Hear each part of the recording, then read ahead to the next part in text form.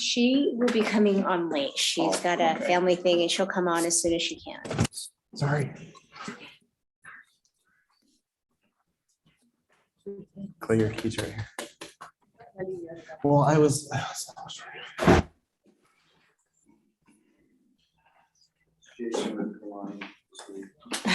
Yes, he is. Is that? That's where he is with, yes.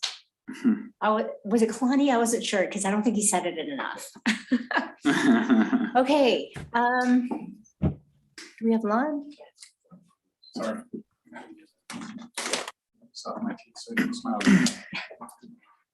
Okay, let's call the meeting to order and let's start off with the roll call. Craig Gordon, present. Lon Lot, present.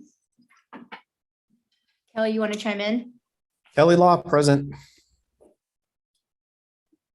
And Jessica Smune will join us as soon as she can, and Jason Thielen is absent. Okay, to begin with,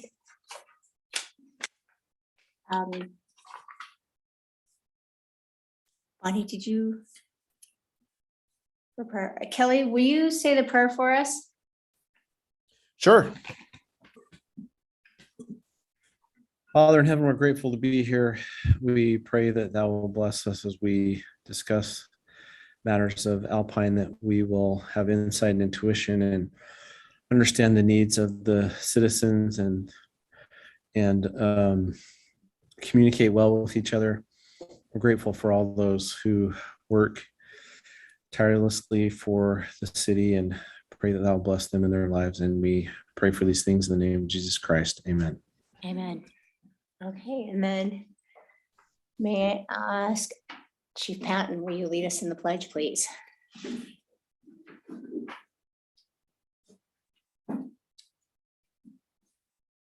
Pledge allegiance to the flag of the United States of America and to the republic for which it stands, one nation, under God, indivisible, with liberty and justice for all.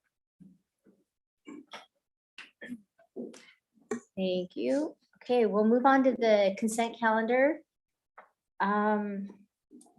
So I know I sent a correction into Bonnie with the minutes. Anybody else? Yeah, I sent some in as well. Great. I'll also just to. Yeah.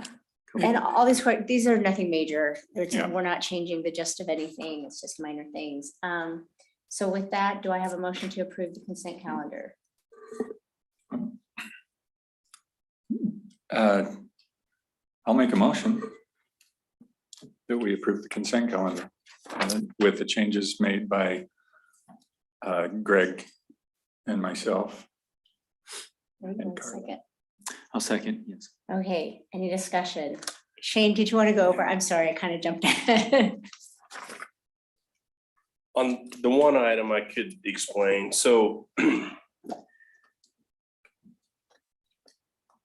I'm trying to remember what it stands for. There's not an agency, but a group called LTAP. It's kind of a government funded deal. They work through Utah State University. They use students and they work a lot with cities on training and different things like what's proposed here. The proposal is to do an analysis of all the streets in Alpine. And along with that, condition of sidewalks and signs. It's something we've never done. We've done one time, we did a citywide street, kind of a street survey, but it wasn't to this level. And we did a sidewalk, kind of an in-house sidewalk survey back probably in the early 2000s. So it seemed pretty economical for what we'll get from it. And so we wanted to get on the schedule. This probably wouldn't happen until August, even getting on the schedule now. Oh, really? So they came to a conference and did a presentation and generated a bunch of cities interested in this program from that. And so we thought if we could get on quick, we could hopefully get something this year to help us quicker. How did they review the sidewalks? They say aerial maps? I mean, how, do they drive it, walk it, or fly They- over, just use? They use golf carts Okay. and go along and they look at sidewalks and signs at the same time. And then I think it's more on the streets that they use the aerial photos. And then they look at things on the ground where needed too. So So they'll cover every sidewalk in the city. everything. Okay. It's a lot of miles in there. a Yeah. Sidewalk. Yeah, it is. Yeah. So I thought it was pretty economical for what we're getting. Yeah, I thought so too. Yeah. Okay, there are no further questions. Just one question, Shane, like what's the desired outcome from this? Like what? What it will do on streets, it will help us kind of prioritize street projects. We won't have the information in time for this year, but for the not the budget we're starting to work on, but the following one, we would have that information to help us. And then with streets, if you really drill down on federal requirements and everything, there are certain standards that are supposed to be met for, I don't know all the terms, how reflective the signs are, because they wear out over time with UV rays. And so they look at those things. They have instruments that can check that and tell you the condition.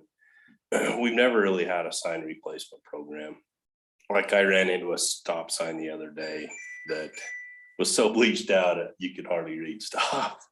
And I called the guys and had them go switch it out. But we've never taken the time ourselves in-house to go do that analysis, but they could have this for us probably much cheaper than we could do it ourselves. And probably this is what they do. So it will help us plan and budget and try to get on top of some things. Kelly, Okay. anything else? No, I think that's it. I'm just wondering about if are they gonna say, hey, these sidewalks need repaired, or you don't have a sidewalk in this place and you should have one, and all that kind of, they're checking for safety and all those types of things as well. Yeah, they will. And we have a trip hazard removal program and a replacement program. This can help us prioritize what areas to go to next. And maybe it will tell us, hey, you're so far behind, you need to budget more money than what you're budgeting right now every year to try to get on top of it. So, Okay, awesome. Thanks. Okay, I'm done. Thank you. One thing it did say, though, it does not take care of the ADA right. sidewalk areas. So Yeah. whether it's compliant or not, they do not. Right. Well, and one problem with that, everything that's constructed new, we build it to ADA standards, but those standards have changed over time. So what previously you might have met doesn't now. And so it's going to be a process to overcome that. Okay. Hey, Austin, can you send a link for Zoom for Jessica, please? She's saying she can't get in. Okay, so we've got a motion and a second to pass the consent calendar. Can we have a vote? All in favor? I Okay. Vote passes. Okay, public comment. So public comment is time set aside for the public to be able to make a comment on anything that is not on the agenda. Do we have anybody here for public comment? Okay. We will move on with reports and presentations. Shane, do you want to do the financial report? Yeah, so reports are in your packet this time. Sorry about last month. I think we sent them out after. So there's two reports, as I mentioned last time. There's one that's our full-blown financial report that looks like this. The other one that we call the red-green report kind of projects where we think we'll be at the end of the budget year. You see a lot of red on there, and as I mentioned before, some of these are red for a reason, like sales tax. There's a 2-month lag in those revenues, so it's showing red, even though we're probably in the green. So some of those take a little bit to come around. Other things like it's comparing what we've actually spent to where we are, the percent we are through the budget year. So we're 58.8% through the budget year. For example, on elections, it's showing 85% in red, but we're 100% finished with elections. So there's a lot of that through here as you go through it. The one fund that has some stuff that's kind of mixed up in there is the pressure irrigation fund. And I was on the phone with Dave Sanderson just before the meeting. We'll be bringing a budget adjustment to clean that up at our, it might not be our next meeting, it might be the first one in March. He suggested that we kind of figure out how we're going to spend our ARPA funds, because that will take a budget adjustment also and take care of those at the same time. Do you recall what the balance is on the PI bond? About? Let's say it's about 3 million or something like that, Yeah. because we borrowed that extra million. Okay. Yeah. So we've spent all that money, and that's part of what's throwing this off. It's showing that we're 90% at 59% through the year. Well, the expenditures for the extra million that we bonded for, part of it was spent last budget year, 500 and something thousand of that was spent this year. But if you look in the budget column, it's 0. And so it throws everything way off, but it's not in bad shape. It's just messed up on paper. So we'll get that fixed. And we'll have to do a public hearing and advertise it. But that'll be in the next couple of meetings, I'd anticipate. So there's a couple other little things, like we bought a pickup last year, which it's a good thing we did before prices went way up, and it wasn't in the budget, and we just haven't corrected that yet. But the money's there. It just needs to be adjusted on paper. So any questions you have, we'll be getting into this more as we start working more on the budget. But go ahead if you have a question. Yeah, I do. Yes. Page 2. Which you're on the Very, actual very first, financial. yeah. Mhm. Page 2. I'll turn my mic on. Page 2, return checks. What's the status on that? What is that? I know that, 22. yeah, that's a big chunk if that's. Yeah. I'm Do we gonna have have- to ask Carolyn on that. Do we have that many that default? Maybe just one big one, huh? There was an issue with the development that Okay. is not in good shape, and I wonder if it's related to that project. Okay. Oh, yeah. I just. I'll find out. I'll let you know. The other one on that same page was workers' comp payable. When do we pay that? Do we pay that annually or, We do. Yeah. and is Actually, it's paid monthly. monthly? Mhm. Okay. Mhm. So this balance here then is just a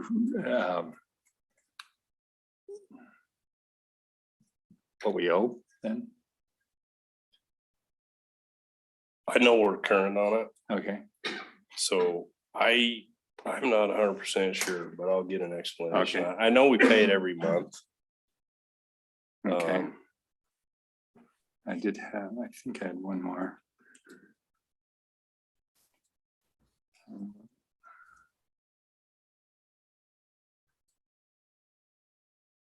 I guess that's it. Hey, Shane. No, Yes. no, there was one more, sorry. Kelly, Good. can I just finish? Yeah, Sorry. go for it. Go. Page, page 43.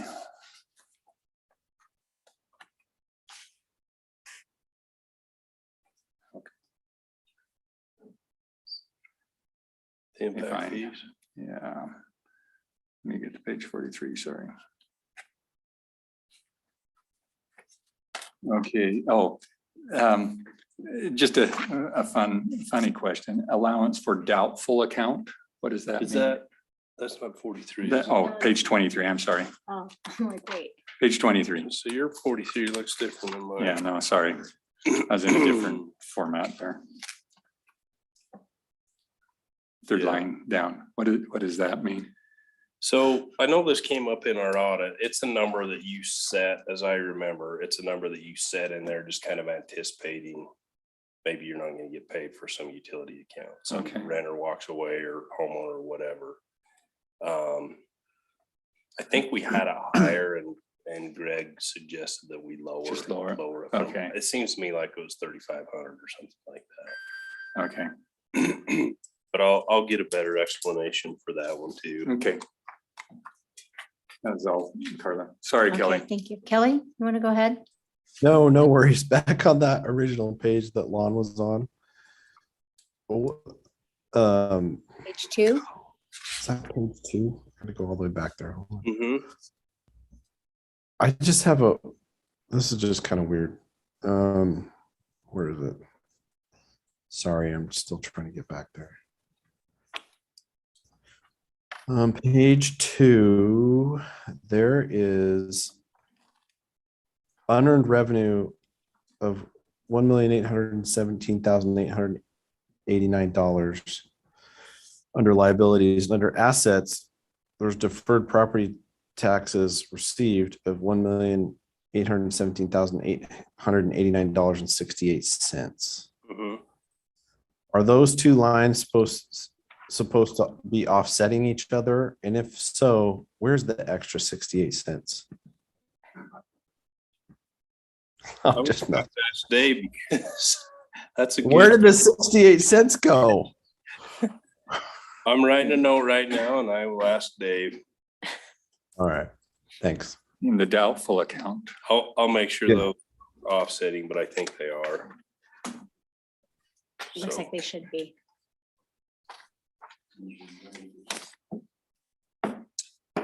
and if you ever, we can schedule Dave sometime to our contract finance officer to come and answer some of these detailed questions that I maybe don't have the direct answer for. I'll find them, but he'd be happy to get on. Yeah, he likely just rounded there and then stuck it into the equity. So Yeah. the balance. Okay, are there any other questions? Okay, we will proceed to our work session. Item number 5. The first item is fire station addition remodel discussion. Okay, so we've been working a lot on this. We've got Chad Littlewood with Babcock Design here tonight and Joe Reynolds with Cirque, construction general contractor. We had a meeting, it was earlier this week, wasn't it? Was it last week? All the days running together. We thought it'd be beneficial to have these guys come and maybe, so I didn't lose in translation some of your questions, you could ask them directly to these guys. And I thought it also would be beneficial to maybe talk about the approach of how we could go about our project. There's the traditional method of bidding out a project. There's also something that's new to us because we've never had a project like this, where you have a construction manager and a general contractor and they kind of take care of the project for you. And these guys would do a much better job than me explaining that because I haven't had the experience of it up to this point. So, and then we've kind of been working on some of the design things that we've talked about before. I mean, we are at the concept level, and really our proposal from Chad was to do a concept feasibility study to see if it was feasible to do what we're looking at. And we're getting a little bit, I think, further into that in talking more about the concept and the layout. But I think it's been good. It stimulated some good discussion and what we're really looking for in the layout and what the fire guys need. So Do you guys want to come up and maybe explain some of these things, and then we'll see what questions the council have for you? Okay, just 1 second. I'm sorry. Did you get that? Okay, thank you. Sorry about that. We're trying to get somebody on. Sure. Just having difficulty trying to zoom in. Yeah. You say when? Go ahead. You good? Okay. Well, I think Shane had mentioned that it might be helpful to kind of talk about some of the options for procuring construction services. And obviously Chad's been underway with you with some conceptual designs and feasibility components at this stage of your project, but we offered to answer some questions and maybe provide some commentary on what some of the scenarios are that you could implement or pursue to kind of find a good solution for Alpine City for this fire station. So yeah, I've got a couple of thoughts, and I can kind of share those, and then if you can interject at any time, and Chad's going to have a range of experience from the design standpoint to kind of offer some feedback from that side of things as well. So does that sound good? Yeah, it's great. So traditionally, the construction process is what is referred to as a design, bid, build, procurement, where a design firm will design what you need, and then you'll take it out for bid, and then you'll select a contracting firm from that exercise, and then they'll go and build it. That's probably the most traditional system that we're all familiar with. In the last 25 years or so, it seems like most municipalities want to have migrated more towards what we call a value-based system or selection of contracting. And what that means is, rather than just simply focusing on what might appear to be the low bid on a project, they look at what is the best value for a project. And I guess the classic example is you could get a very low number from a contractor on a bid. That may be the last guy you want to be doing your construction for you. And that's where people are kind of coming around to saying, what is there a better way to do this? So some of the scenarios that are most common are the typical lump sum hard bid format. And then the rest of these that I'll try to mention here are more value-based options. But even within the lump sum format, there are some value-based selections that you can implement. And one of those is just what we call a simple two-step approach, where you take a short list of select contractors that go through a pre-qualification process, and then ask that short list of contractors to give you a bid. That helps you narrow the funnel of people that are participating in that, and gives you a chance to say who's qualified to give you the bid based on past performance, relevant project experience, team members, project or company capacity, things like that, right? So you get to narrow the funnel down to say, okay, I've selected this to 4 people, for example. They've gone through our process. The city council or the selection committee has narrowed it down to this many, and we're going to take a hard bid from just those 4 people with the expectation that we're fine with any of these 4. That's a little different than a typical bid scenario where, like, I'll give you an example. The state has a state pre-qualified general contractor list for projects under $3.5 million. There's over 100 people on that list. So depending on which week of the year it is and how that company's doing based on the workload that they've got, anybody could turn in a bid on a given state project, as long as it's under that $3.5 million, and who knows what you're going to get, right? So it's a drastically different approach to go with a 2-step bid scenario, but that is a form of value-based selection. Probably not the best one, but it is one that's pretty easy to manage. Any thoughts on that, Chad, that you'd add to that? Or no, that's very clear up to this point. And I think what you're going to get to soon, Joe, is kind of a solution that we're interested in proposing, especially given the current volatility of the marketing. And I'll let you continue that, because I think that's where a lot of our questions and answers will probably come to fruition. So some of the other value-based selection options are a design build delivery, where you hire a contractor who is responsible to hire an architect and basically provide the whole thing turnkey. A little bit rare in the municipal setting, but nevertheless, that's probably something you've heard of. And that's one of the value-based options. Another one is a construction manager agent who acts in behalf of the entity procuring the services of construction. That's a little weird and probably wouldn't fit real well, but that's something you'll hear about. So when you hear the term CM or construction manager, that's used across a lot of different platforms. Just, to keep that in mind. A CM agent could act in the city's behalf in this case to help procure subcontractors to contract with the city, and the agent would act as a coordinator, but not be at risk for that work.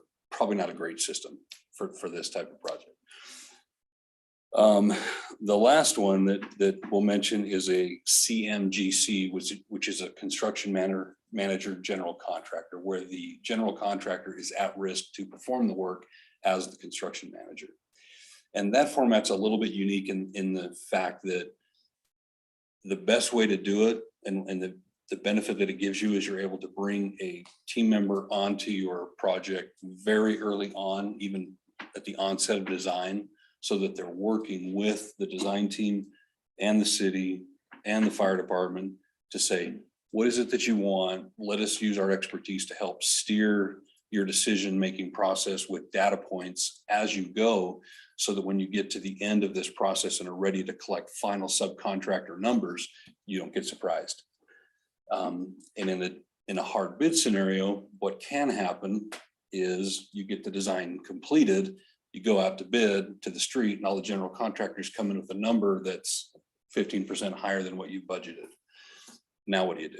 Now you start over and you go backwards with design, and you try to peel things out, redesign it, put it back out to bid, and try to get into your budget. In a CM format, the intent of the process is that construction manager is so in touch with what you need and what you're designing that he can give you data points along that process to help you stay in the box, so that you're not surprised with anything.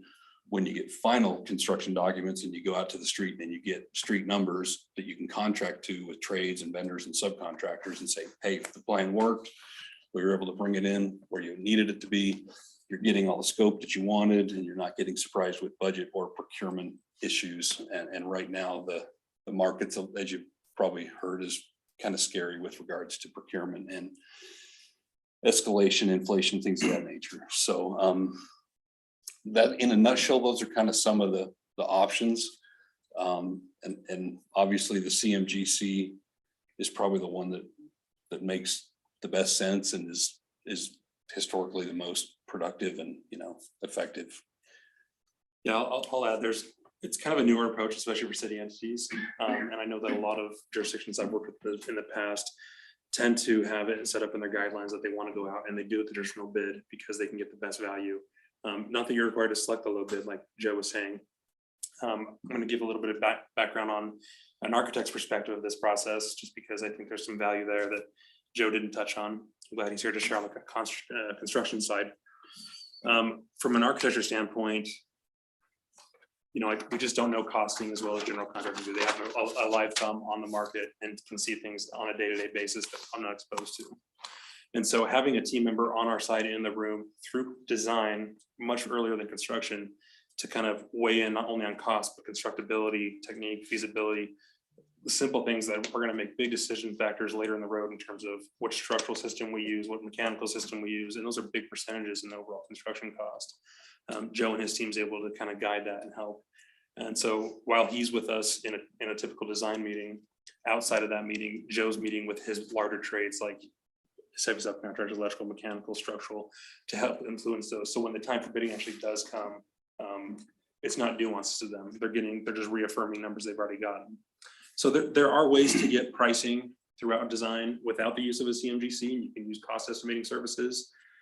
Third-party cost estimating services tend to be a little bit conservative in terms of cost, and that's actually not helpful for you because the bids come in high because they want to protect it. There's really no interest that they have to hold your money near and dear, whereas a CMGC invites someone into the team, and so their money is, your money essentially, so they're trying to protect it. On a third point, you kind of, in my opinion, get the best of both worlds with the scenario because you have an experienced architect in fire station, in this case, fire station design, but you also have a contractor experience in fire station design. And so to avoid that, if there's a concern with selecting a CMGC up front, I've done in the past with other jurisdictions where if, you know, Shane, if you select me and that's the way we go through past this feasibility study, me and Rob, my office, we're happy to be part of a selection committee with you to interview contractors. The reason Joe's standing here next to me today, just as a point of reference, is I know their background experience. We've talked to him about this project outside of our conversations, and I knew he could potentially be a good fit for us. And so I wanted him to come in as part of this feasibility study. And that's kind of where we are today.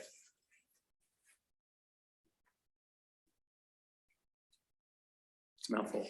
Any questions? I guess my question for the council is, does that approach, the CMGC approach, sound like something you're willing to do in the market we have right now?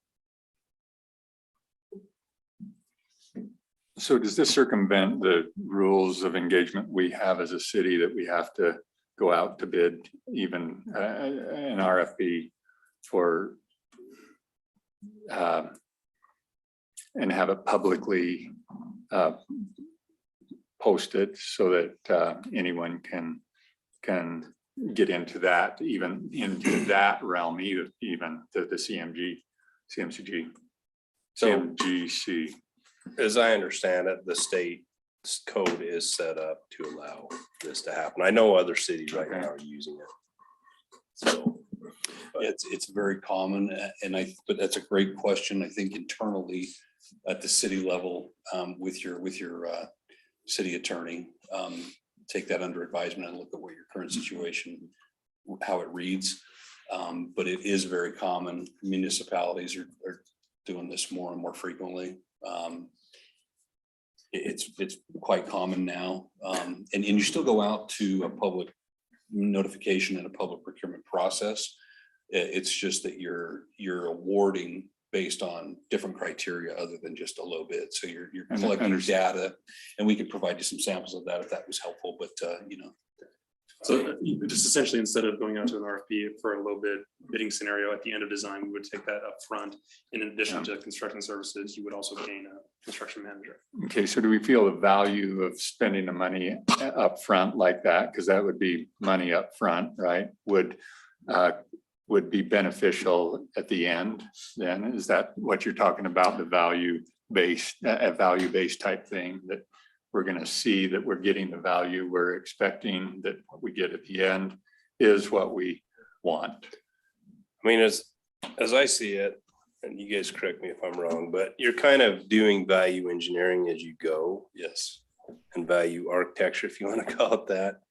Together, yeah. Yeah, these essentially the same thing. So Yeah, whereas if you do the traditional method, you're designing it and saying, this is what we're bidding right here, and there's not the fluid, like they're watching Well, yeah, I understand. markets and. I understand that, but we're paying for that right now, though. We're paying.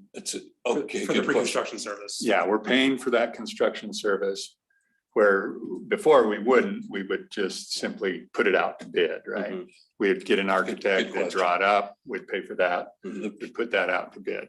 The pre. So we have an additional expense during the Early. architectural the design process. That is true. Okay. But to your point, that pre-construction cost just for that involvement during the design is usually, I don't want to say negligible because we want to be sensitive, but it really is like a drop in the bucket. But that's why I'm saying that value would, in reality, would pay for it then by getting, by the end, we would have saved some money, actually. Exactly. Could have saved some money. Yes. So if I may, especially in this market, because just from my experience of what I've seen, not just with Sir Construction, with a lot of contractors, the volatility with availability of materials is so extreme right now and so unpredictable that we're seeing some general savings by going this delivery method, just because contractors are able to get the inside scoop. And so, for instance, you've probably heard in the news, different things like that. Steel deck and joists have been absurdly long lead times. And traditional buildings it's a very common structural method. like up to what, 18, 24 months at times. And so as an example, if we decided to go that route, we could kind of work towards a package early, and before construction's even done, we could put in a mill order by way of that and basically jump the gun. So what you might be spending up front in a pre-construction management cost, which like Joe said, in terms of where a contractor makes their money, it's not during pre-construction. You would save that much schedule with construction time, because otherwise those types of long lead items would be able to be ordered until a bid date is awarded and issued. Yeah, to that point, we've got projects that we've got a project in Vineyard, to give you some context. We broke ground on it in December, and our joist and deck will deliver in 4 weeks.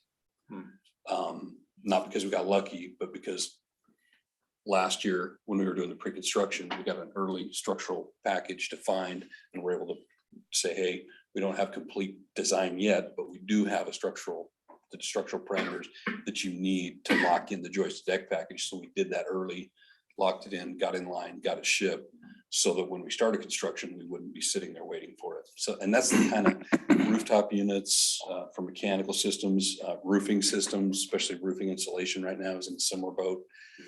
And just, it helps you pre-plan for some of those things. That the flip side of that is you go get everything figured out, award it to a contractor, then they go out and then they come back and tell you, here's when you can have everything and here's how long it's going to take. And what that probably means is they're going to be waiting for 6 months before they can start.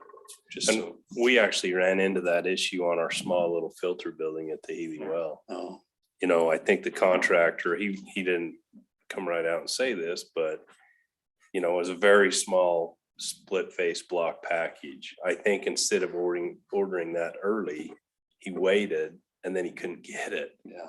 And it's still not finished. I mean, the block's finished now, but it delayed months on that little teeny project.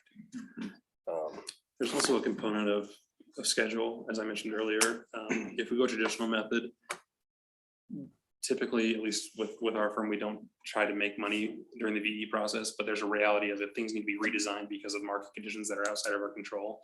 That's additional scope and we require some additional time and money to do that.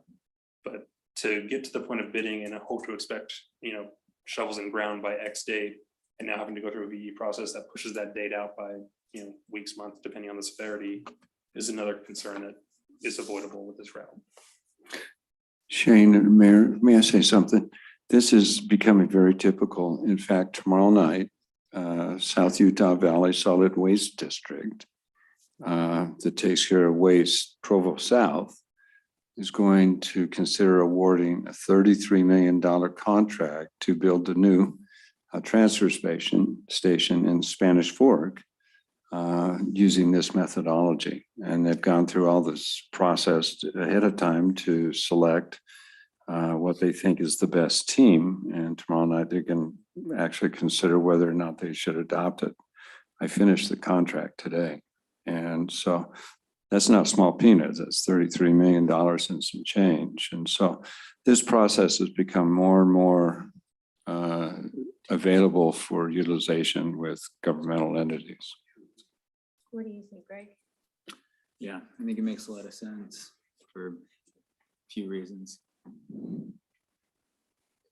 So,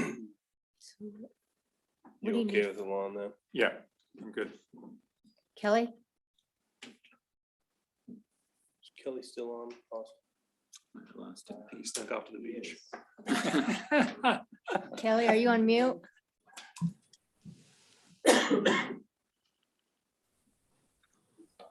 Okay, what about Jessica? Is she on?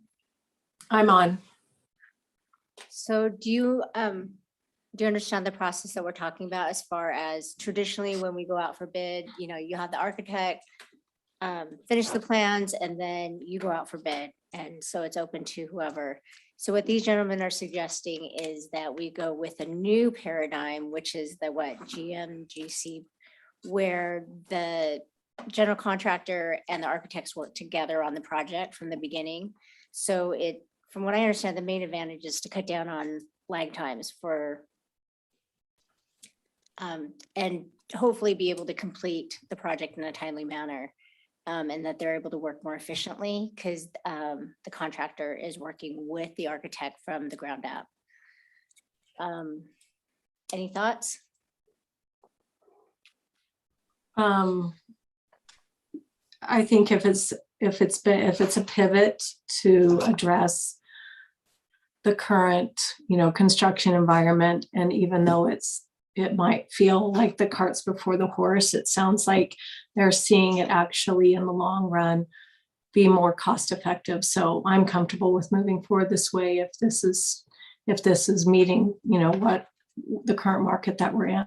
I mean, I agree, it's a long process when you get all the engineered plans finished and then you put it out to bid, and then lumber prices could skyrocket. I mean, it feels like that's probably not a way to approach this situation. So if this is what our city attorney is seeing, things moving towards, these gentlemen are saying, in the current climate, that this can be an effective way to have, have costs even come in a little under the other options. So I'm comfortable with this.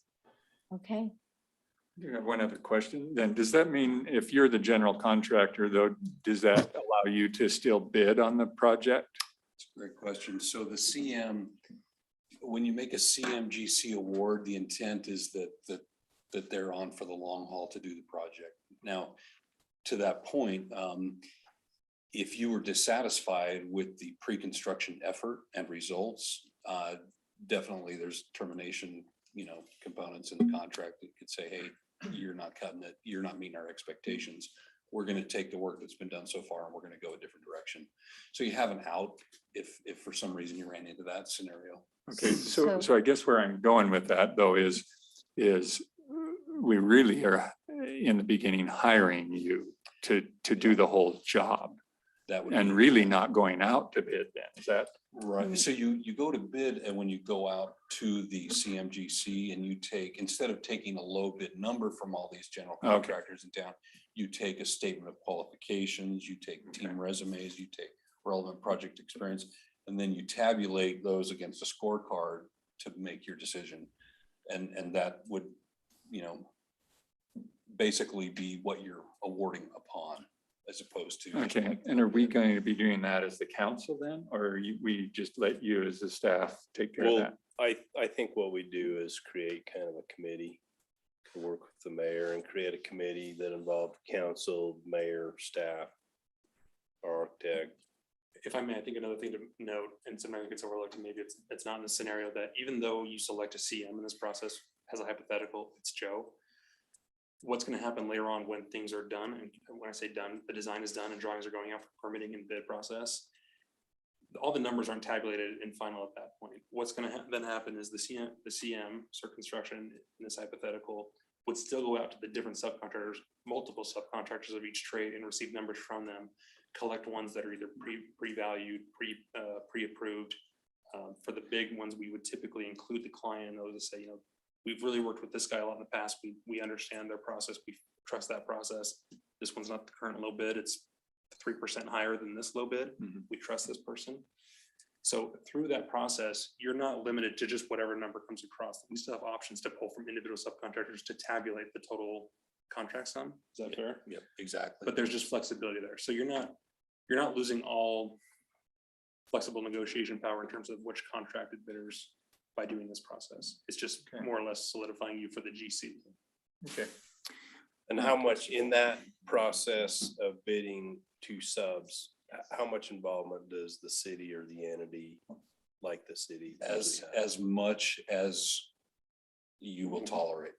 We like to have the owner involved as much as possible for us. And that comes down to hiring a CM who's honest and who's open book. We love to sit down with you and say, hey, we got bids from these 5 people.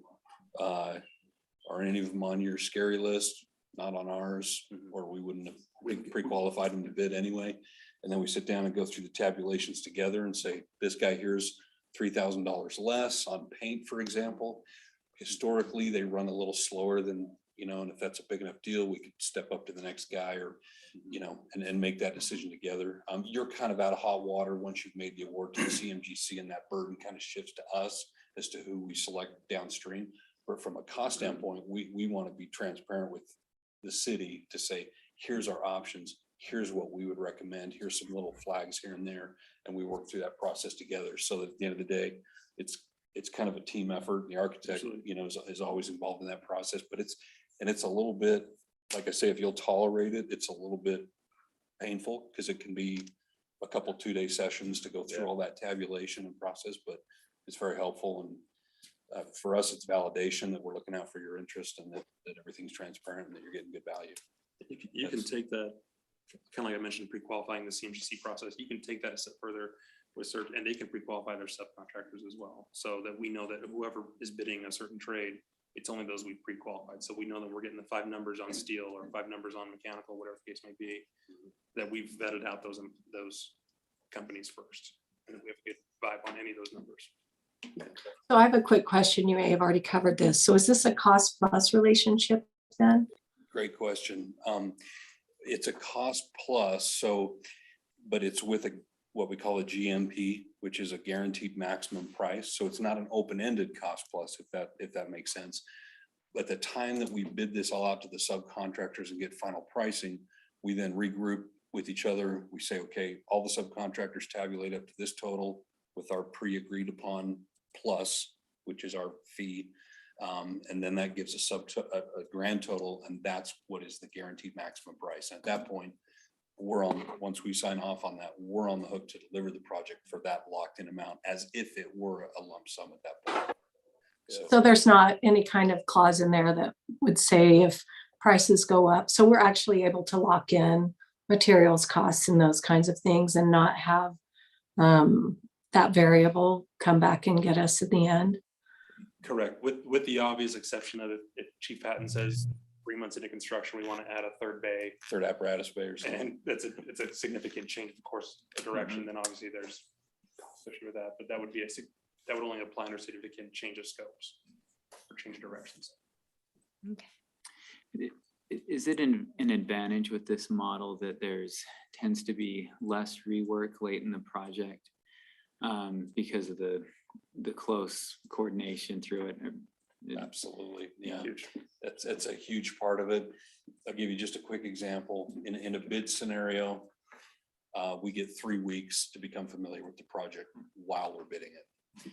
In a project like this, we get 6 months to become familiar with it, and we hear things that are priorities for your team. That way, when bids start coming in, I mean, the reality is we kind of live and die by what gets into the final documents, which are called the bid documents, right? But if we've had all that context and history for 6 months, we kind of know what the expectations are.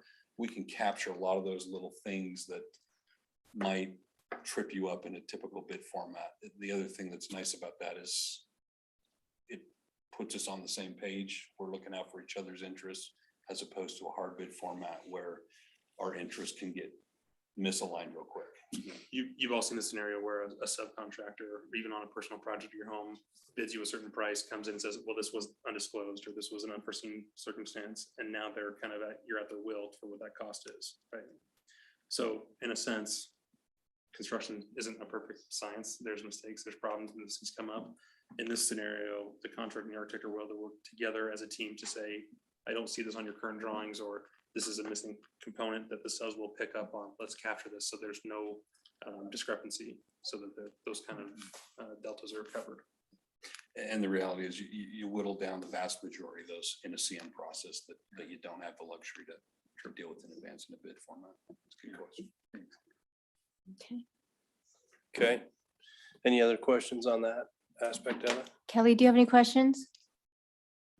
I guess those were all great questions, city council members. Thanks. So that cleared up most of mine. The only other thing I might ask is if do you have a project that you've seen from start to finish, like you have completed projects, and do you have any that you can share where you say, here was our, our construction management cost, the architecture, the bid at the beginning, and then the final bottom line, here's where we ended, and just marry that along with timelines? Like, in other words, do you have any examples of like a completed finished work that we could see? Yeah, you bet. In fact, if it's helpful, we could kind of put together project history, matrix for both our firms, if that's helpful, and just kind of give you, because you'll know a lot of these people. Like, South Jordan City, Lehigh City Police Station. We're working with American Fork City on their fire station right now, in the same CM format. And and I think, Kelly, part of your question was the cost associated with that pre-construction effort and what the value of that is. Yeah. I mean, on a project of the size that I think we're talking about here, the pre-construction cost is, we're not in the business of doing pre-construction work. We're in the business of doing the construction work. So we kind of look at the pre-construction effort as a cost of doing business. I mean, for something like this, we probably propose something in the neighborhood of under $10,000 for that pre-construction effort for a project of this size. If that gives you some additional. Gotcha. Okay. It's not a huge exposure, but That's great. It'd be nice to just see, you don't have to put together anything extensive, but just one of these projects, one or two that you've completed, and kind of just see how it, how the numbers went from, what you were thinking during pre-construction to where it ended up, and timeline on that's relative to me. Cause right, I don't know, remodeling a fire station, does that take longer than building a city hall? I don't know. So, but like something that says, hey, this is what we proposed. This is the timeline we proposed. This is where we ended up. A couple of those things would be great to see. One other thing maybe we could touch on here.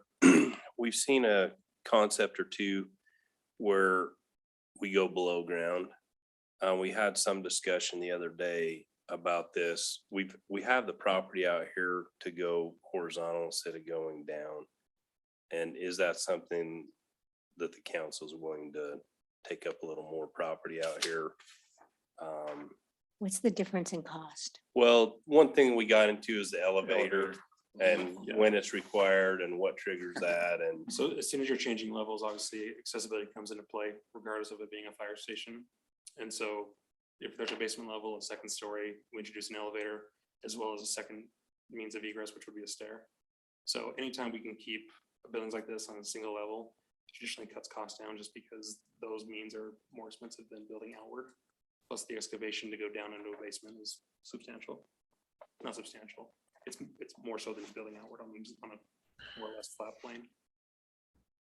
Shane, are you talking more down? Are you talking about going below the building itself, or just below that tower that's there? Part of the building, including the tower, had a basement level. Are you looking at the plans currently? Do you have those on the? The only reason I say is because currently I think the total addition for the new station was around 5,200 square feet. Yeah, something. And the proposed basement was 1,100. Yeah. So we're not talking about doubling in terms of the ground. It's just more. Would that tower need a basement though? Does it need to be anchored a little deeper? No. It doesn't necessarily need a basement. We just put one under it. At least in the initial conversations, the means for the basement was for storage and for where I'm currently located, the mechanical and electrical rooms there is just a means to get it out of sight and out of mind. And then the training tower itself doubled as just the second means of egress to the basement. But if that basement were to go entirely, that would be an entire floor of stair that we could minimize. And we obviously would be the normal excavation to do your footings and foundations to support such a tower, but there we go. And does going, because I don't know. I mean, in houses, right? Having a basement's a lot cheaper than building horizontally. But is it different in this case? I think it depends primarily on the land.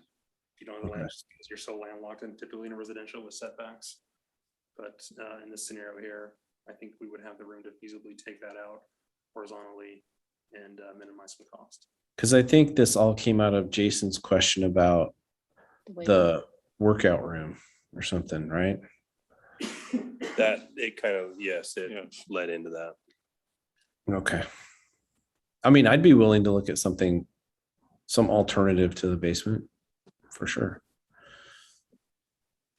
And with or without the gym, we talked about that in our meeting last week, whether or not that were to remain as the existing portion of the building or to add a new component for the gym, but keep that on grade, I think would be a better bet cost wise. Yeah, that'd be good to look at that, I think. Chief, do you have a preference? You don't? Right, I don't either. Just a fire pole. Still doing that? We're not gonna put a fire pole. Climb the ladder and slide down. Do you guys have anything else you'd like to add, Chief? Either Chief? The only thing, my experience with building a fire station in Pleasant Grove, we did this process with the CMGC. You know, you talk about like the third bay. I go to Chad, we design it, we talk to Joe, Joe's like, I can build anything. Then it goes out to cost, it comes back, no, we can't do that, that costs too much money, right? So to put Joe in the same room when we start having these conversations, not only does it save time, but he can say, put this room here, because he knows construction, that's what he knows. Chad knows how to design it, I don't know anything, I know how to fight a fire.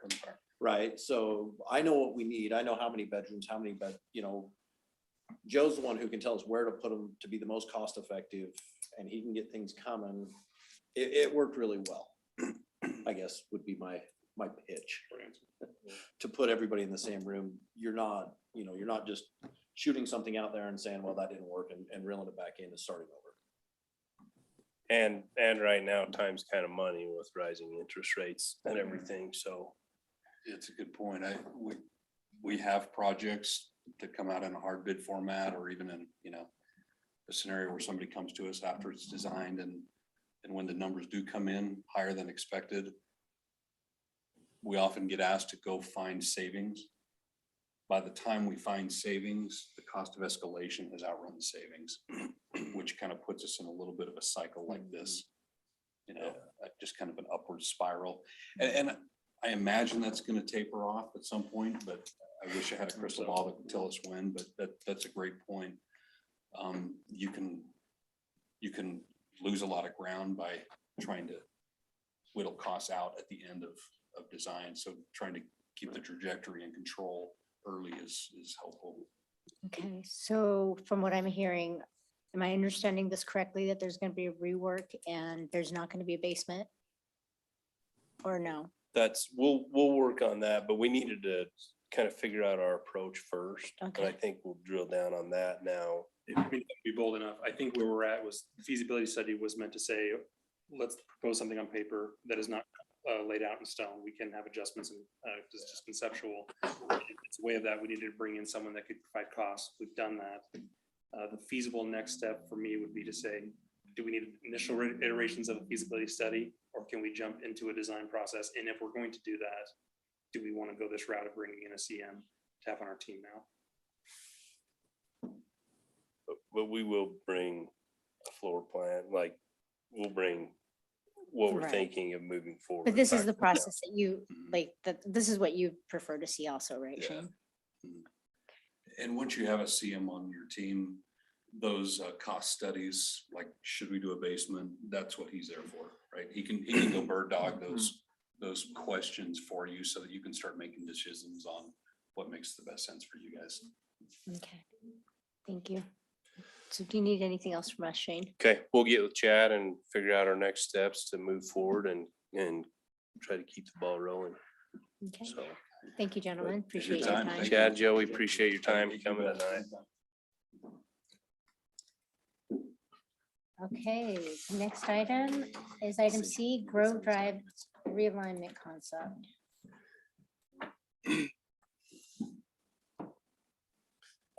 Do you have that up there, Austin?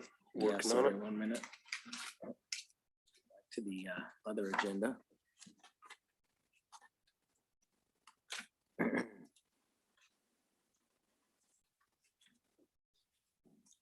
Yeah, I get something out of order here.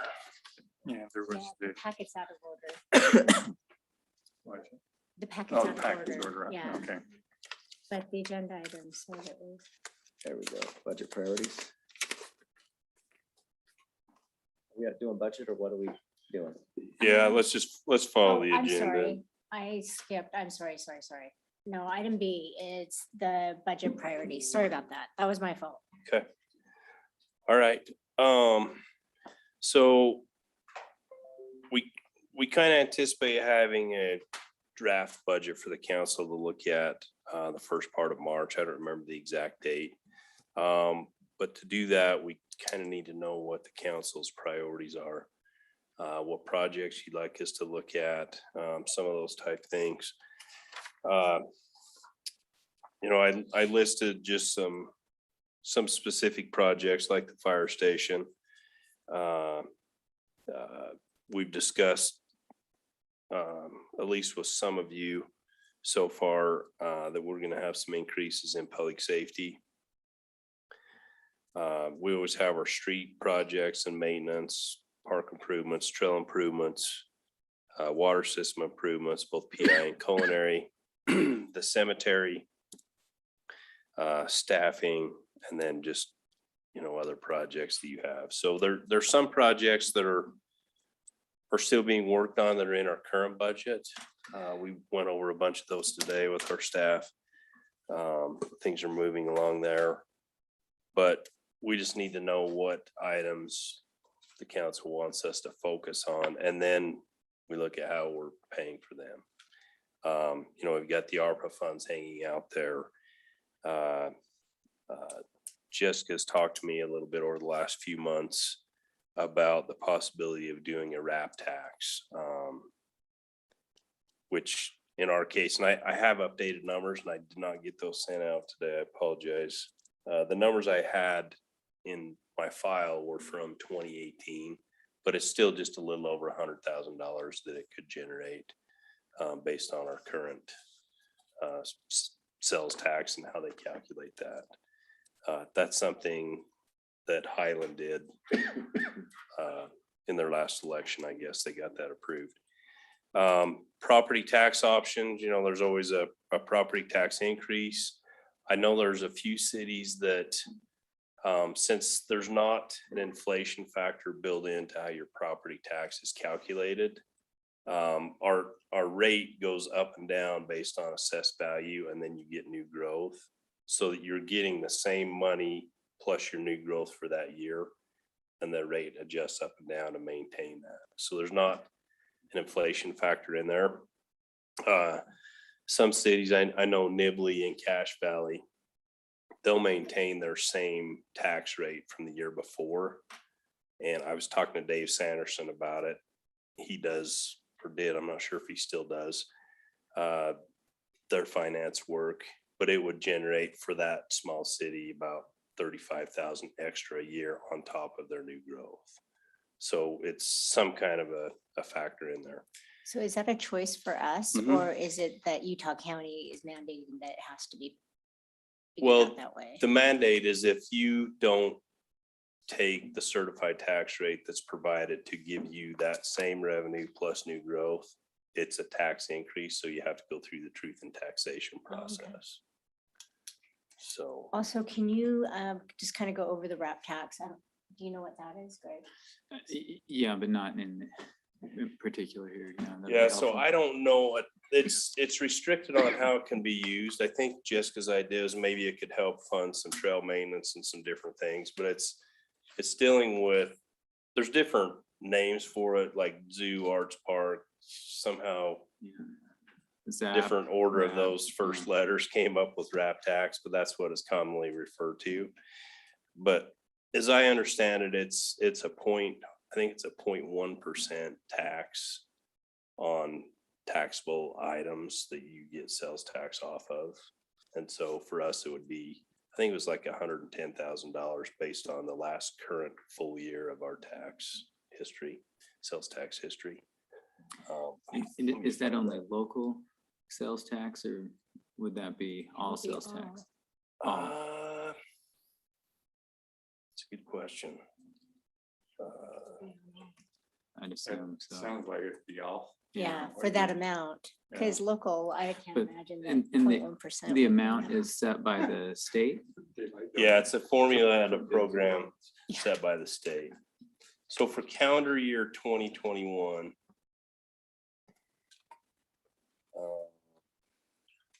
it's actually, it's 100, just under 102,000 for us at that 0.1%. So that's an option.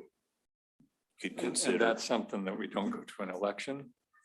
It does go to an election. Yes. Okay. And for us, if you were to consider it this year, we don't have an election this year. So it would be probably, it'd be more costly than if it was on a regular election year. So, and then user rates. And as we've discussed in the past, we'll get our pressure irrigation rate finalized, and then we'll review our other rates as well, because we haven't for a while. So So when you have this list of expenditures, are there anything specifically that you're thinking for each one of these bulleted items? Or, you know, you're talking about trail improvements, park improvements. You know, do you have specific parks or specific things within those parks? yeah, so just public safety, we kind of know what's going on. We don't have a number yet. We're working on that so that the public safety budget is ahead of our city budgets. Fire station, we already know their street projects. So typically what we do is budget. I think we did more in this current budget year, but we were budgeting about 400,000 to 500,000 a year just for maintenance. That's not regular maintenance like snow plowing and stuff like that. That's like asphalt overlays, seal coats, chip seals, concrete replacements, those things.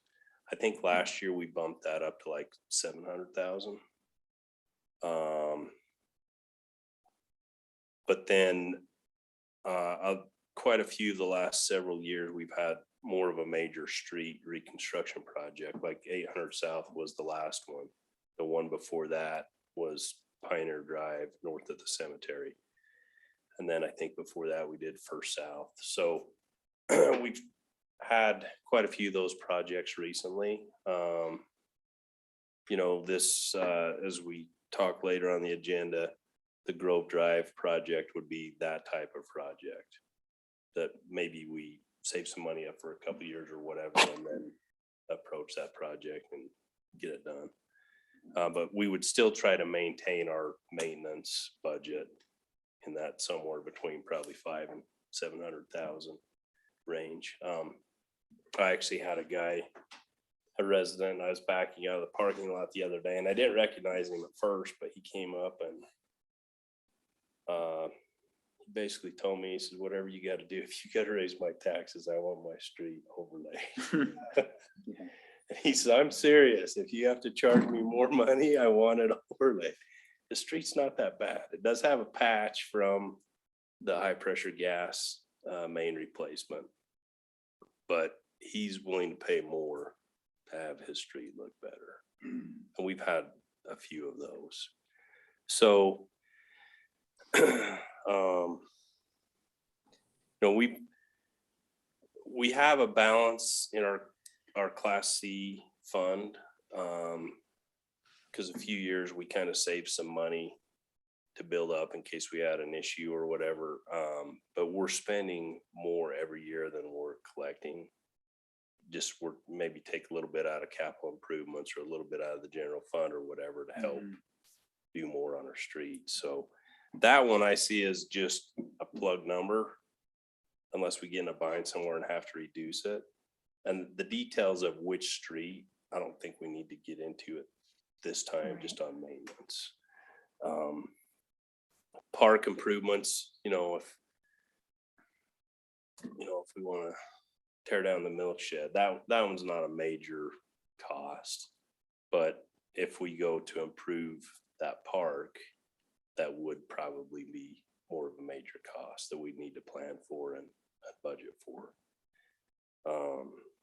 Or if we decided we were looking to build a new park somewhere, or with Smooth Canyon, where it's looking like we won't get additional property, we probably need more parking there, because the other half of the parking now is not going to come. Yeah. So something like that could be an option. you know, we've done several trail projects every year. We have one that we'll discuss here later tonight. And there was, I think last year, there was like a spreadsheet with capital improvement projects. We should maybe pull that up and dust it off and, you know, add and. And that's what we reviewed today with our staff, but those projects theoretically will be complete this year. There's gonna most likely be some, there always is, that goes into the next budget year and we have to make some adjustments. But what we're trying to do is get projects that we can put cost to, so that we can create that spreadsheet that we've had in the past. So we just kind of need to know what they are so we can spend some time getting estimates on them. So, but yes, we will have that spreadsheet for sure. So do you So- want us to, like, how do you want us to express? I want to know what your pet projects are. Okay. Do you want us to email you? Yeah. Come see you in Yeah, you can do that. person? You can come and talk to me, email me, call me, whatever. Okay, Just if you have things that you want us to kind of flesh out and okay. say there's this issue with trying to do that or whatever. That's what we're looking for. Okay. Kelly and Jessica, you guys understand what you need to do, right? Kelly? Yes. Yes. Okay.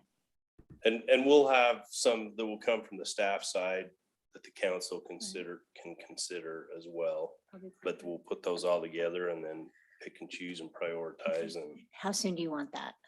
the sooner the better, so we can have you something first Within part the- of March. Okay, so within the next week? Yeah, Yeah, we'll that'd be have great. project. Please let Shane know.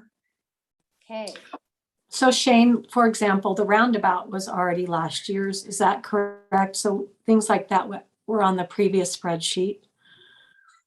right. And I'll Okay.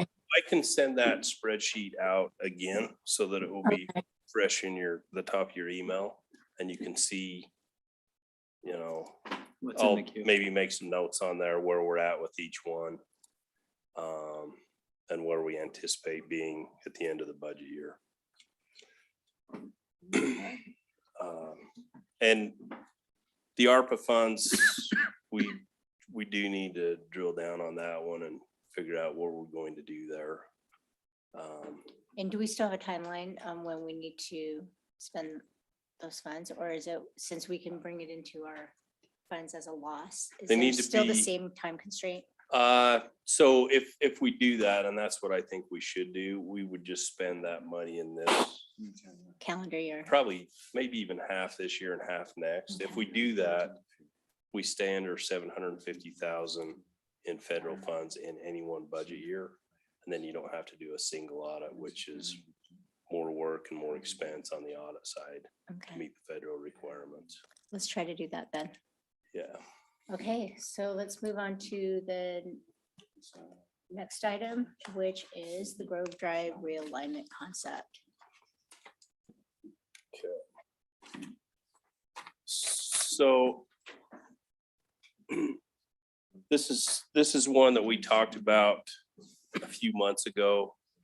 I had a nice drawing back then that looked great until you really looked at it. That concept with a four-way intersection looked really nice on paper until you consider it would require 2 creek crossings. So a lot of extra expense. So we hired Horrocks engineers to look at some different concepts for us. We kind of gave them what we're looking for, but then also said, hey, if you can think of anything else, you know, give us 2 or 3 concepts. They did that. Some of them we didn't like at all. We kind of took parts and pieces of some of those concepts and came up with this one. It wouldn't extend as far up Box Elder Drive as what this drawing shows. Austin, can you put that up on the screen and is the markup feature working? Oh boy, I'm not sure. Well, I'll turn it on right now. Let's see.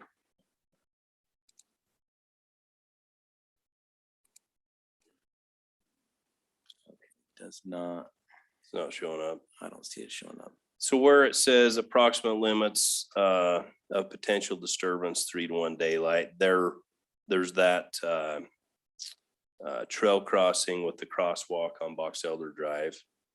Right around in there is where we kind of tie back to leaving it the way it is. I just lost all. Uh-oh. Just blew it up. Not only does the annotation. Okay. No, something's. It's trying to I come think it's back. coming back. maybe. Okay. So yeah, the project really would be approximately from, as far as realignment and maybe changing the horizontal alignment of the road, would start at probably that crosswalk or that trail crossing where the lines are across the road. And then the rest of the project going from there west would be part of that. Going east and then up towards Box Elder, I can see that needing an asphalt overlay. Those roads are over 25 years old and they've never had anything done to them unless there's a pothole or something. So with this design, we'd be able to use the existing culvert on Dry Creek as the crossing to maintain traffic during construction, build the new one, and then just kind of start working the road out from there. Since there's only one access in Box Elder, that does make it a little challenging there. So we just have to maintain that traffic. The one drawback to this, we have in our ordinance that as you approach an intersection, it's supposed to flatten out to 3% for the first or last, whatever, 50 feet of the intersection. So you kind of flatten out as you approach like a stop sign or something.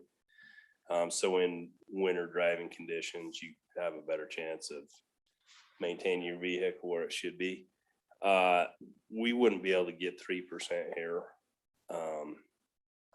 But we looked at some other intersections that we know are steeper than what our current ordinance is, and we feel like this plan is doable. We just have to give ourselves an exception to the design. Hey, Shane, really quickly, because I'm on video here, but when you say 3% here at this intersection, which one are you talking about? So really both of those intersections, the legs Okay.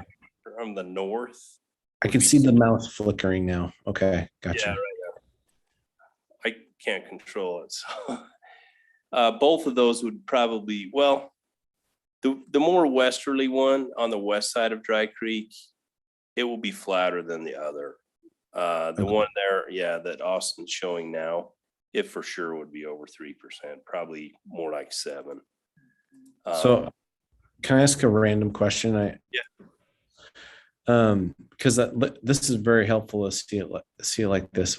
Where North Grove Drive comes down, the thing that's interesting here is you have two roads connecting to a curve on another road.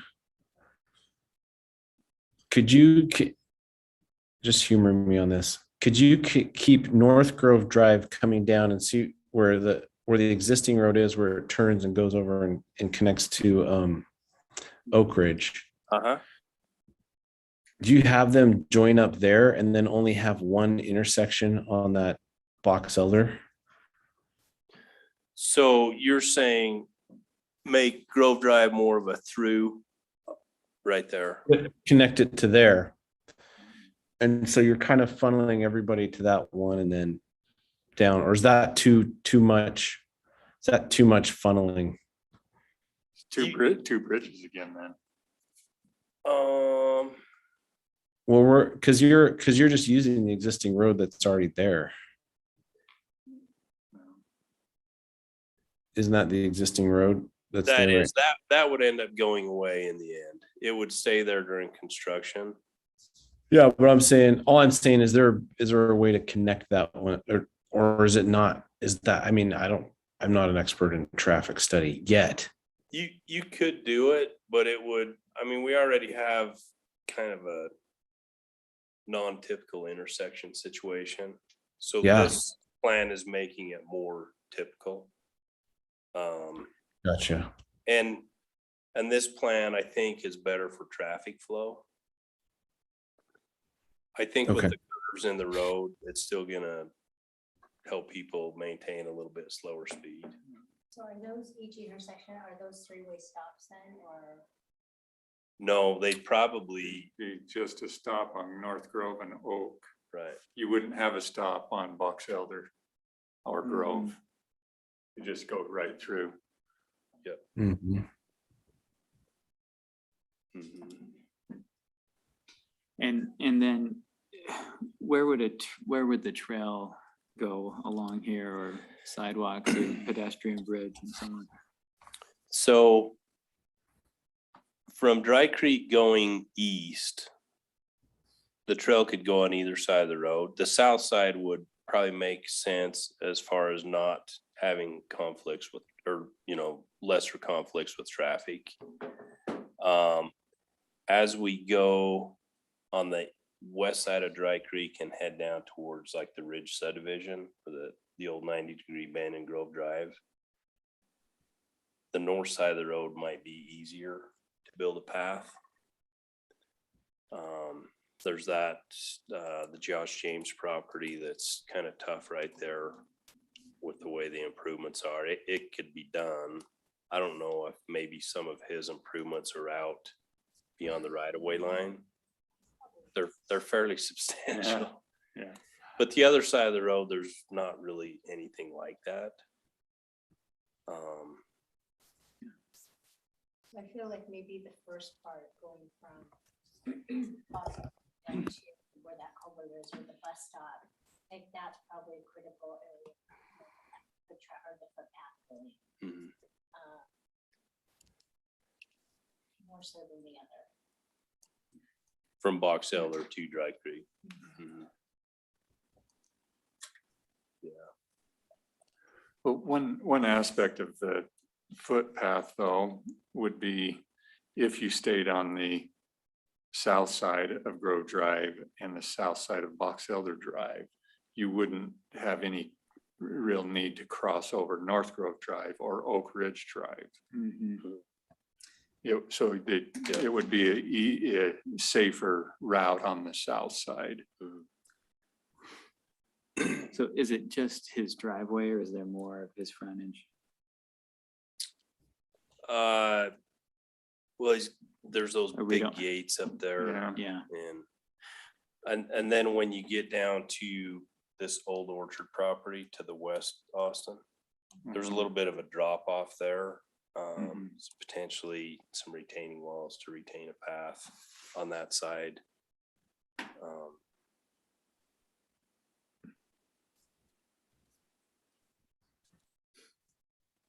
And then I guess another question, and we've touched on this in the past before, but does the council anticipate at some point curb and gutter from the intersection of Grove and kind of right there going up to the east?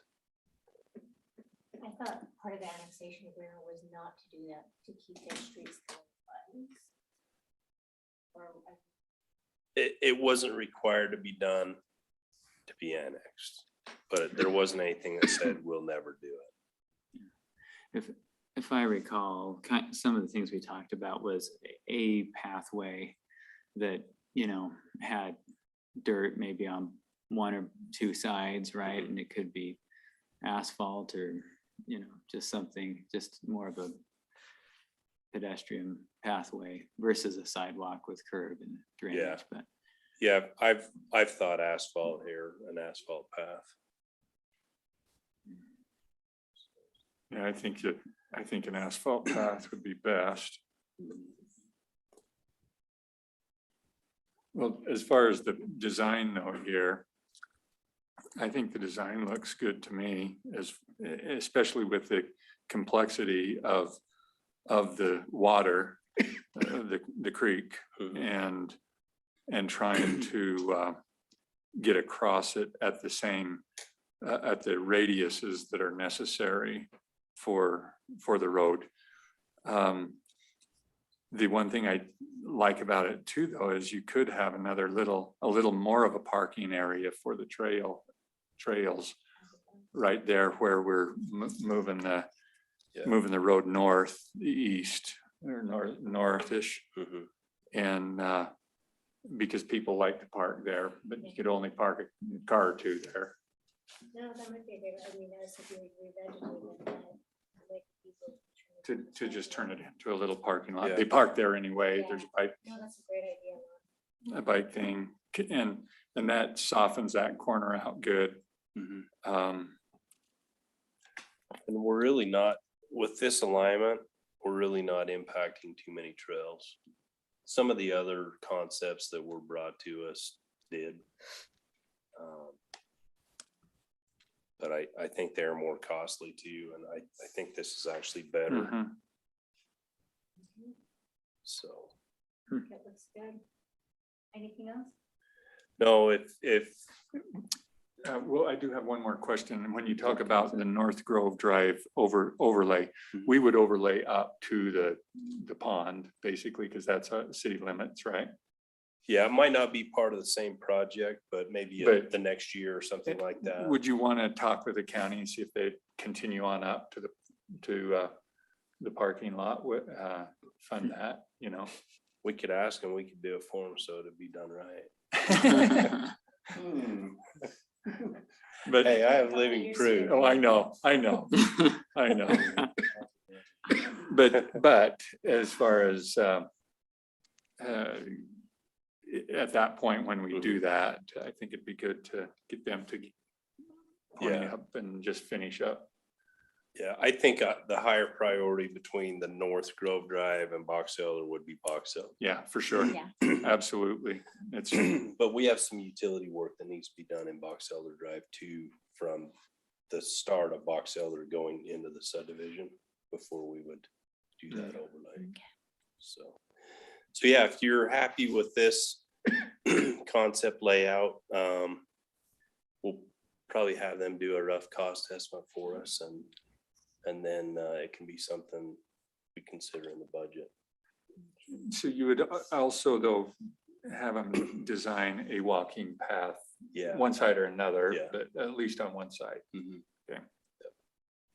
Any other questions? And that could be phase two, Yeah. a phase project as well, maybe the phase from Dry Creek to Box Elder as part of this project, and then from there going Yeah. down towards town in another phase.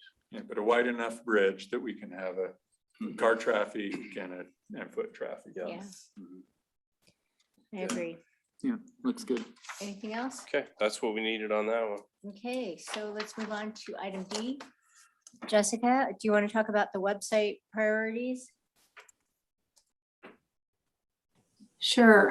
So we're just in the process of narrowing it down to two website providers, Revise and then Civic Plus. So I asked Austin if he would take a look at two communities that are similar demographics to ours, and each one uses Revise and one uses Civic Plus, and look at how it navigates, because the end user experience is just as important as the administrative side. And so I'm going to let Austin speak to that and kind of tell me what his experience was with fresh eyes.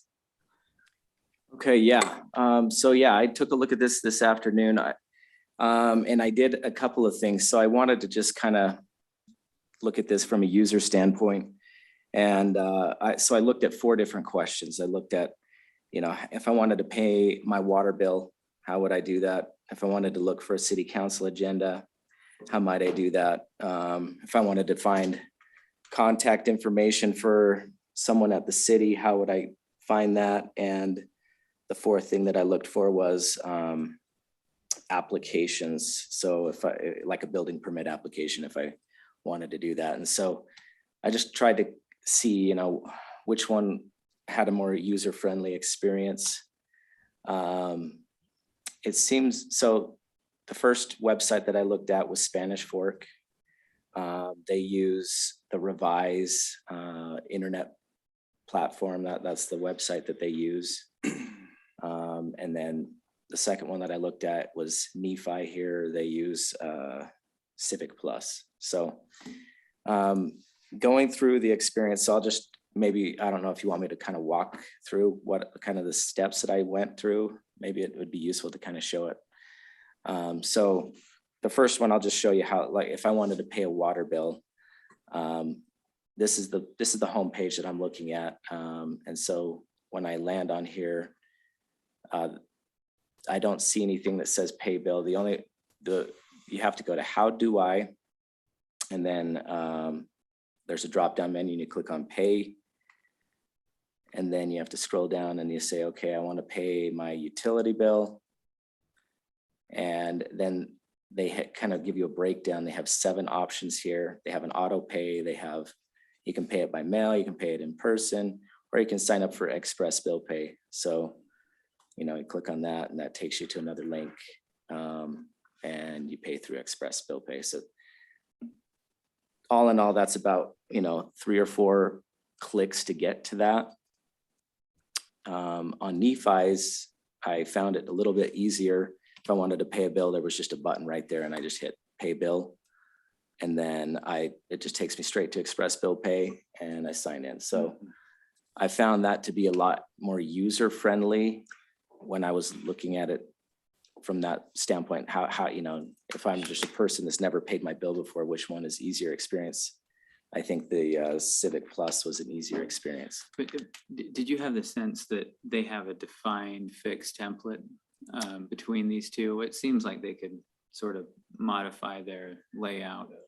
Yeah, but maybe so not, right? there is some customization that you can do, and the more customization that you do, the higher the prices go. So essentially how these website companies work is they provide you with a standard template, and then you have certain flexibility within that template. But then if you want to go do anything drastically outside of that template, then the prices go up significantly after that. So that's kind of what you're looking at when you go with either one of these companies.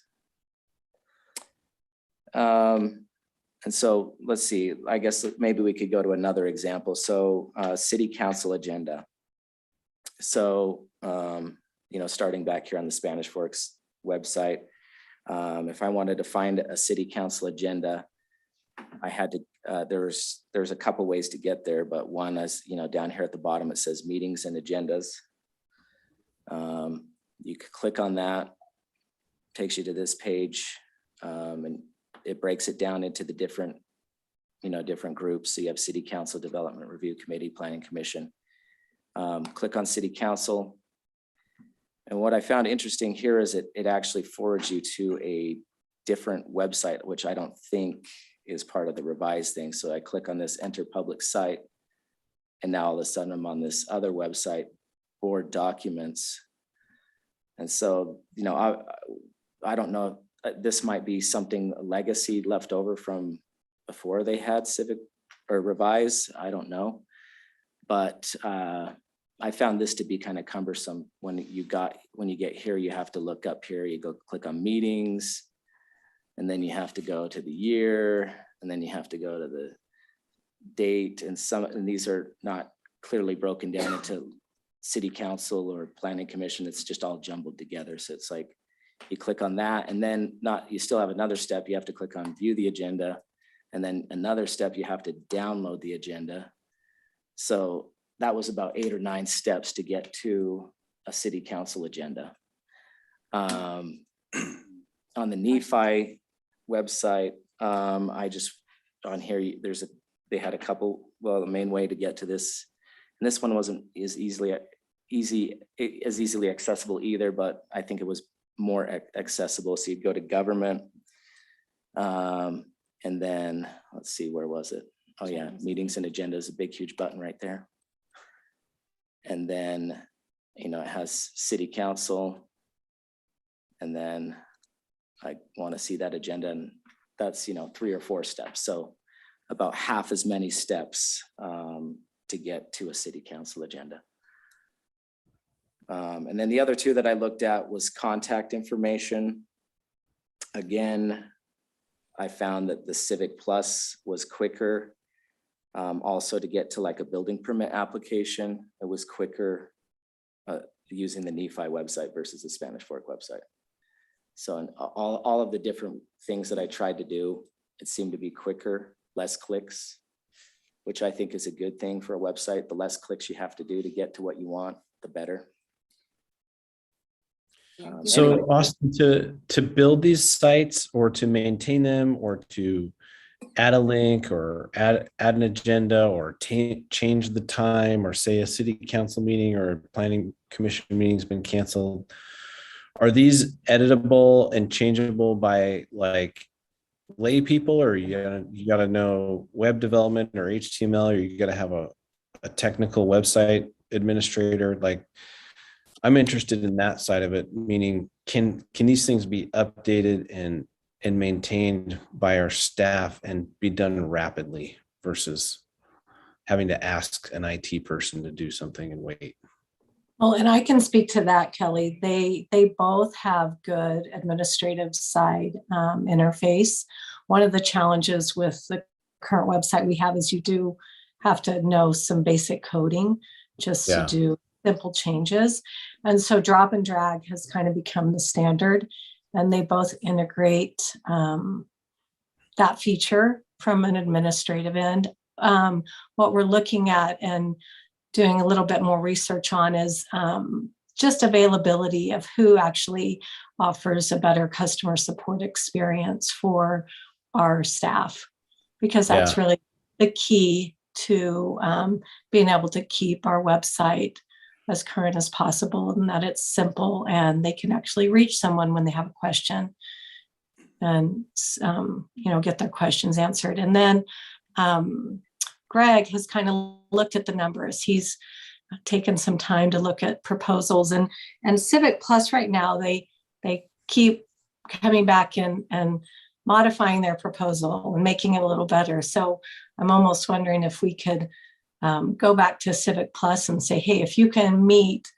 Revise's number, we would go forward. So Greg, would you speak to kind of what you're seeing when you look at the proposals that they're both offering? Yeah, just reviewing that briefly, what strikes me is that looks like a pretty great value for the city, like for under $5,000 a year. A newly built, maintained website that has roughly a dozen features that could make us more efficient and easier and faster, of which we probably only have 2 or 3 today. So some additional capabilities. So yeah, I mean, it seemed like a great deal. Anyway, but I think if you can get that match on the quote, I think the main thing is, the long-term sustainability of it and the ease of use, whether, what Kelly said, whether our staff can do it. I'm assuming most of the stuff is going to be object-oriented programming, so it'll be easy, like you said, drag and drop. So it should be better than what it used to. Does anybody have any input or suggestions on what they would want to see in the website specifically as they go out for bid? So I do like the fact that the header stays fixed when you're scrolling down. Our site right now, everything leaves and you have to go clear back up to the top to go sort through anything. You have to get clear back up there to find the headers. So that's one thing that has always bothered me about our website is And you should have everything on your first screen. You should never have to scroll that much. You lose people with each additional click, and you lose people with the additional scrolling. So and it's hard to add I think a new page, if you have a new topic, things like that, I think would be easy and among, things. But, calendaring would be nice if people could see the calendars and subscribe for updates, pay bills or fees. On any of these groups that sell this, do they give you any data collection, like who looks at what clicks the most, who clicks on what the most? so that we know what to put out first and in front of. I suspect, and maybe I suspect that either would have that to quite a great degree. And Yeah, it's kind of a standard now, just as analytics as part of the package, and you can get different reports and really customize and make sure you're reaching your target audience. So as far as answer your question, Mayor, that's one thing I'd like to make sure on one of the Is that we can get. is that we can get information so that we can continue to improving and put out there what people are looking at. When I go to the website, I know exactly where I'm going, a few things, but I still have to scroll down and find that one thing that I like or that I'm going for. And so I think people would use the website more if it was easier to navigate. Definitely. If you can have the information at the fingertips, like Austin was saying, the more, if he had to do 9 clicks just to get to what he wanted, you're going to lose half the people. No one's going to stay that long. Well, both Highland, I looked at Highlands, Lehigh's, American Forks. Most of them are real similar to the top header, all staying. And then, but I do like Nephi's, it looks fairly easy. If you had very simple, I'm simple, I like simple. That's Well, Highland is Civic Plus also. And a little side note, Civic Plus, I think just bought or merged with Municode. So Municode's who we use and all the communities use for their municipal code search feature. So that speaks to the integration. That will make the integration process easier. Yeah. Okay. Shane, was there anything that was a must-have for you? No, as long as you guys are happy, I'm happy. You don't use the website, do you? I've used how we go to our minutes and agendas a lot. And even with our current website, I think it's easier than Spanish Forks. Yeah, I agree. On that aspect of it. I'm not saying other things. Yeah, ours seems to be more like Nephi's in navigating to that, but you do have to hit the right thing to get to the. Yeah.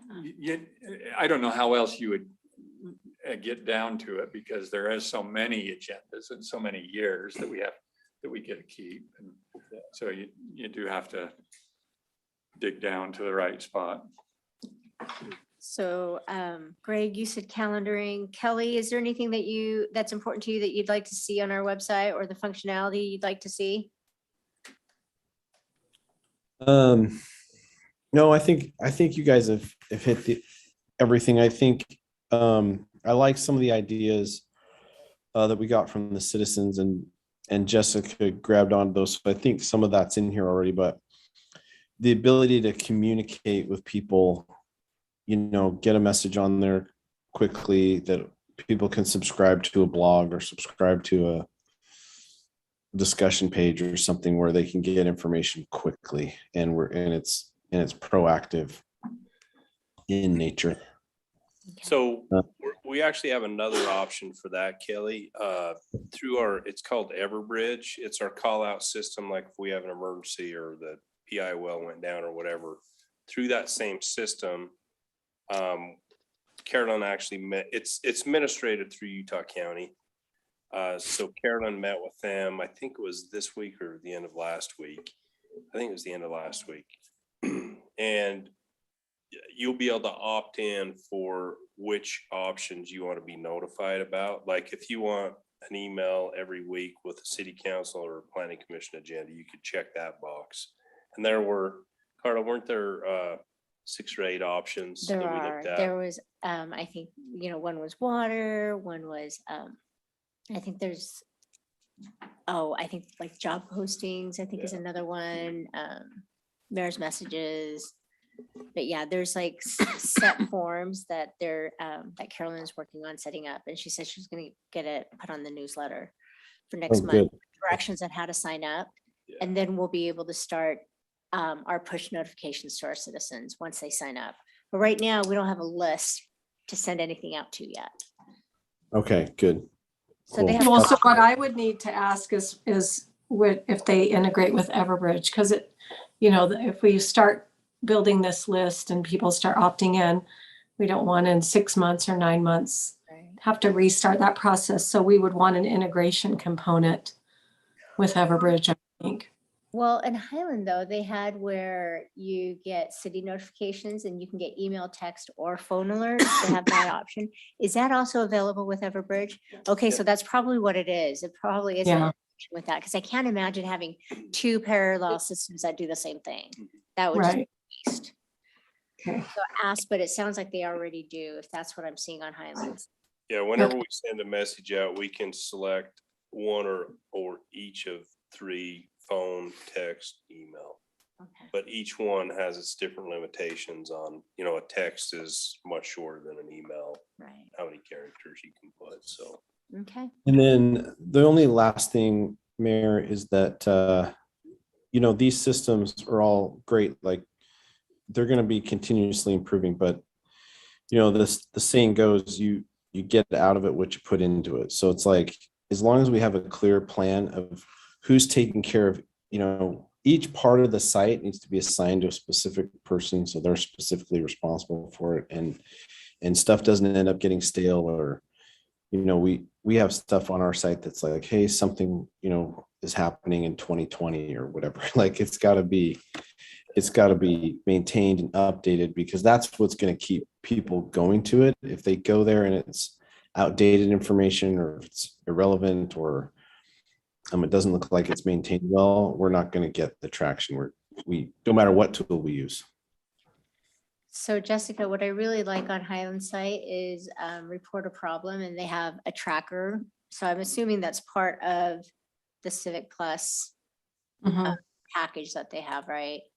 Yes. If you click on that, you can actually track and see where your concern is in the process. Yeah, it opens a ticket, and then there's reporting, and we don't have to have staff trying to send a message to, parks department and say the sprinkler broken. It would automatically go where it needed to go.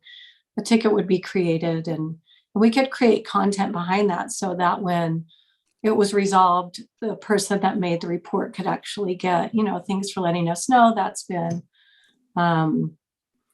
resolved in a date or something. Like, we could really get into some good communication with that feature. And that would just be automatic, right? It's not. Right. It just is an automatic part of communicating. But to what Kelly said on staffing, and I don't know how this would be part of the conversation, but that's why I would like to talk about maybe the staffing part of maintaining the website. If it isn't something that fits into the timing of our current staff members, if it is, outside of really what they have time to commit to, maybe with our Parks and Rec hire, the Parks and Rec could also be communication. And we just give that to someone as the full, as their full focus. And maybe Shane can speak to that a little bit, if he sees that this, our city staff right now, that they can take on keeping our website current and updated, or if he thinks that to keep it at the level we want to, where that's timely information, and even some social media posts, if we would need to bundle that job description with a new hire. Yeah, and that's something we have 2 or 3 or maybe 4 people that know. Like, I know Jed, if he updates a spec in our construction centers, he knows how to go and update that link. But that's pretty much the area that he'll work on. But I know Carolyn knows how to do things.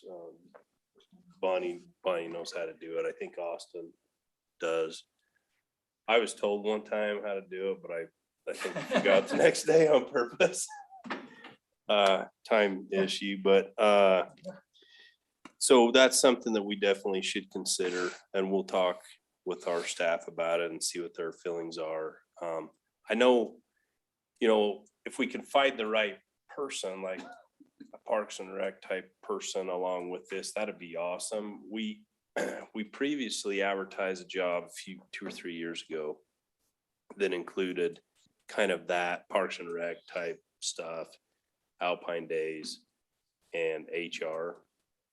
And it got really hard to find that person that could take on all that. I think it's almost seems, and you could potentially find someone. I think the pool is narrow, but a lot of times we have somebody that's focused in one area, and then as time goes on and maybe a little training or whatever, they're able to pick up on it. It seems like we've been more successful that way than trying to find that person with that In the beginning. skill set. Yeah. Yeah, well, I So, think if you have some good SOPs, you can just Yeah. put someone in that position Yeah.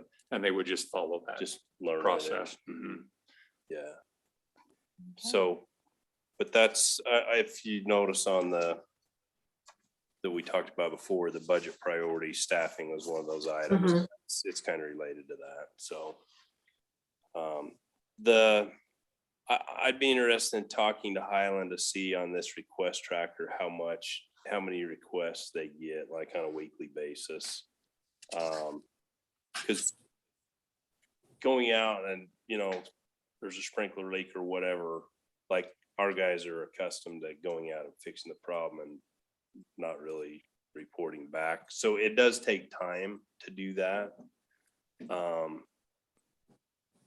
The person that requests it probably appreciates it, but it takes time away from something else is what For I'm them to saying. do it, So yeah. it could lead to a staff issue there. If that's the direction we want to go. Then also, I had a question as far as looking forward to Alpine Days. So if you're paying something online and it looks like with Civic Plus, it takes you directly to Express Bill Pay. So is that the only back end for e-commerce that they integrate with, or how would that work? Because I can't assume that would work for Alpine Days. Yeah, and we should talk to Sherman about that too. I think she had looked at one time into some other options besides Express Bill Pay. I think Stripe is kind of the go-to for that. And it's sounding like Stripe integrates with a lot of these different companies. So they're kind of the event payments platform. So let's see if Carolyn's found out that same thing. Yeah, that would be great. I mean, if it has that, it's kind of like the unicorn, right? Mm-hmm. Okay. Okay. Anything else from anybody? I think that gives us a good list to work towards. Thanks to Jessica for her help, and sounds like I didn't know Greg was involved. That's great too. So that's great. He's our numbers guy. Great. Okay, so let's move on to item E, the Lambert Park Flow Trail. Yeah. So. Let's see. Okay, this is another project that we've talked about for a little while. So Jed and I think Will have been working with Bryce Sachs from Shapeshift Terrain Parks. I guess he's pretty well known for building flow trails and things. So he went up into the south part of Lambert Park, kind of looked at our existing trail system and came back. We paid him a little consulting fee to go out and kind of put this concept together. He came up with these ideas on this map that's included in the packet of what he thinks we could do up there. I saw it and I thought, is this more than what the council anticipated? For some reason, I thought it was more just kind of maybe the blue along the south edge of Lambert Park. So before we took this through our public process that we need to, through planning commission, a public hearing, and then back to city council, we thought we had to nail the scope down first of what we think we really want, and then focus on that through that process. So, there's a lot of people who use these trails. I don't know how, I'm sure there will be some that feel like they're losing their favorite trail, but others that think, oh, this new trail system is great, and this new type of trail. So, from what I remember, the purpose of this trail rework is to get people up to the top to deter shooting, right? At the shooting range that we have on the east side of Lambert Park. And the best way to do that is to create a trail system that people will actually want to go ride. Because right now, there aren't very many people that are riding Crossfire. But Is- yeah. Is there still shooting? I lately? think, when the temperatures are nice, yeah, I still hear it here and there. Hmm. Lon, what do you think of this workup? Beautiful. I don't know. I say defer to the Trails Committee and say what they think. Because it looks nice, like all the colors. It's colorful. So I noticed Will jumped on here. He and I had a discussion about this. He had worked with Bryce. And did you hear what we've said so far, Will? Yes, I did. Thank you. Let me just jump in real quick. So what we took from the meetings last year is that our goal here was to create one really good uphill so that there was a reason and a great way, a fun track to go uphill. And that would take you right to about the center of Crossfire. From that, we wanted people to go in either direction. And so we created one down zig. Zig will be turned into a good downhill only flow. And then we'll turn one on the other side, the south one, as you see, which takes in about 3 different areas there. And that will do it. Now, Bryce and I went up last week and spent a couple hours. Then he came back up on his own and rode every single one of them. So that he could see exactly what his biggest concern with what we have now is it's not sustainable. What we have, works for some people, but the majority of them go right down the fall line, which is the wrong way to build a trail because it soon turns into a small stream and then a big river. And then you've all ridden those kind where the sides are way high and your pedals hit. And he says, you're lucky because you got a lot of rock in this stuff, so it's not moving as fast. But he pointed out a lot of good areas to show me, just say, here's what's happening. And another 10 years, these will not be sustainable. You'll have to create a new one just to the side. But anyhow, so with that in mind, he took this back to his place, designed, went over it, came out, then he staked it, flagged it a little bit, not completely, just a little bit, so I could kind of see what he was trying to accomplish. And I can tell you, because I spent another couple hours with him yesterday, the guy knows what he's doing. I mean, he looks at something like this and does it. Now, Shane said it best. There are those who absolutely think every dog that we have over there, we got green, yellow, pink, white, and blue, I think, are all the dogs. Brown. All brown. Yeah. Okay. I forgot brown. And we've got all sorts of them, but they were made as, someone would say, hey, I think we got another little area over here. We can add another one. But that's not how long sustainable trails happen. You go up now and there's 2 of them. They're almost gone. I mean, you can almost not find them because they're not ridden as much. Now, I have one trail committee member, who will tell you that they're on it once or twice a week. And that's great. But that's not the goal. The goal is to make this so that we can get people to the top. We can create something that's sustainable, because the biggest challenge is more trails doesn't mean it's better. Unfortunately, in this game, better trails is what you want, not more trails, because there's a couple others that go across that are not being sustained. They're coming to pieces where we can't keep up with. We'll never be able to if we keep doing that. So our goal here is to create 2 good down. And I mean, these are great flows. I mean, this guy knows how to make a turn, what a turn should feel like, how to come into it, how to come out of it. He makes a few obstacles. These will be between blue and green. These aren't black. These aren't the heavy duty ones. These would be, everybody can ride them. And if you want a little rougher ride, want it to be a little more challenging, you ride a little one side of it. If you want the other, you stay on the inside. So anyhow, that's what we've designed. That's what we're doing. our challenge here is, and this is why Shane's doing this for me tonight. I really appreciate Shane, because meeting with Bryce, we've got a small window of his time. He's got 5 contracts for this summer that are to start by about the middle of April. He said, I could push it back maybe a month at best, but I've got to have these built and done. So that's, and I'm trying to get him to do, so every full disclosure here, he's going to do the other one up there by Easy Breezy and Last Chance. We walked that yesterday for about 2.5 hours. It will be a flow, and it will be a blue plus. It'll be on the top side of the blue. So anyhow, that's what I'm trying to get done. Doesn't matter what the city will do over here in Lambert, because if you choose not to or not, that's up to you guys. I'm going to have him still do the one in Three Falls, because this is the last shot we get to get this done before. Then we'll turn all the open space over to the city, and it will be yours at that point. And I want to make sure at that point that this is done.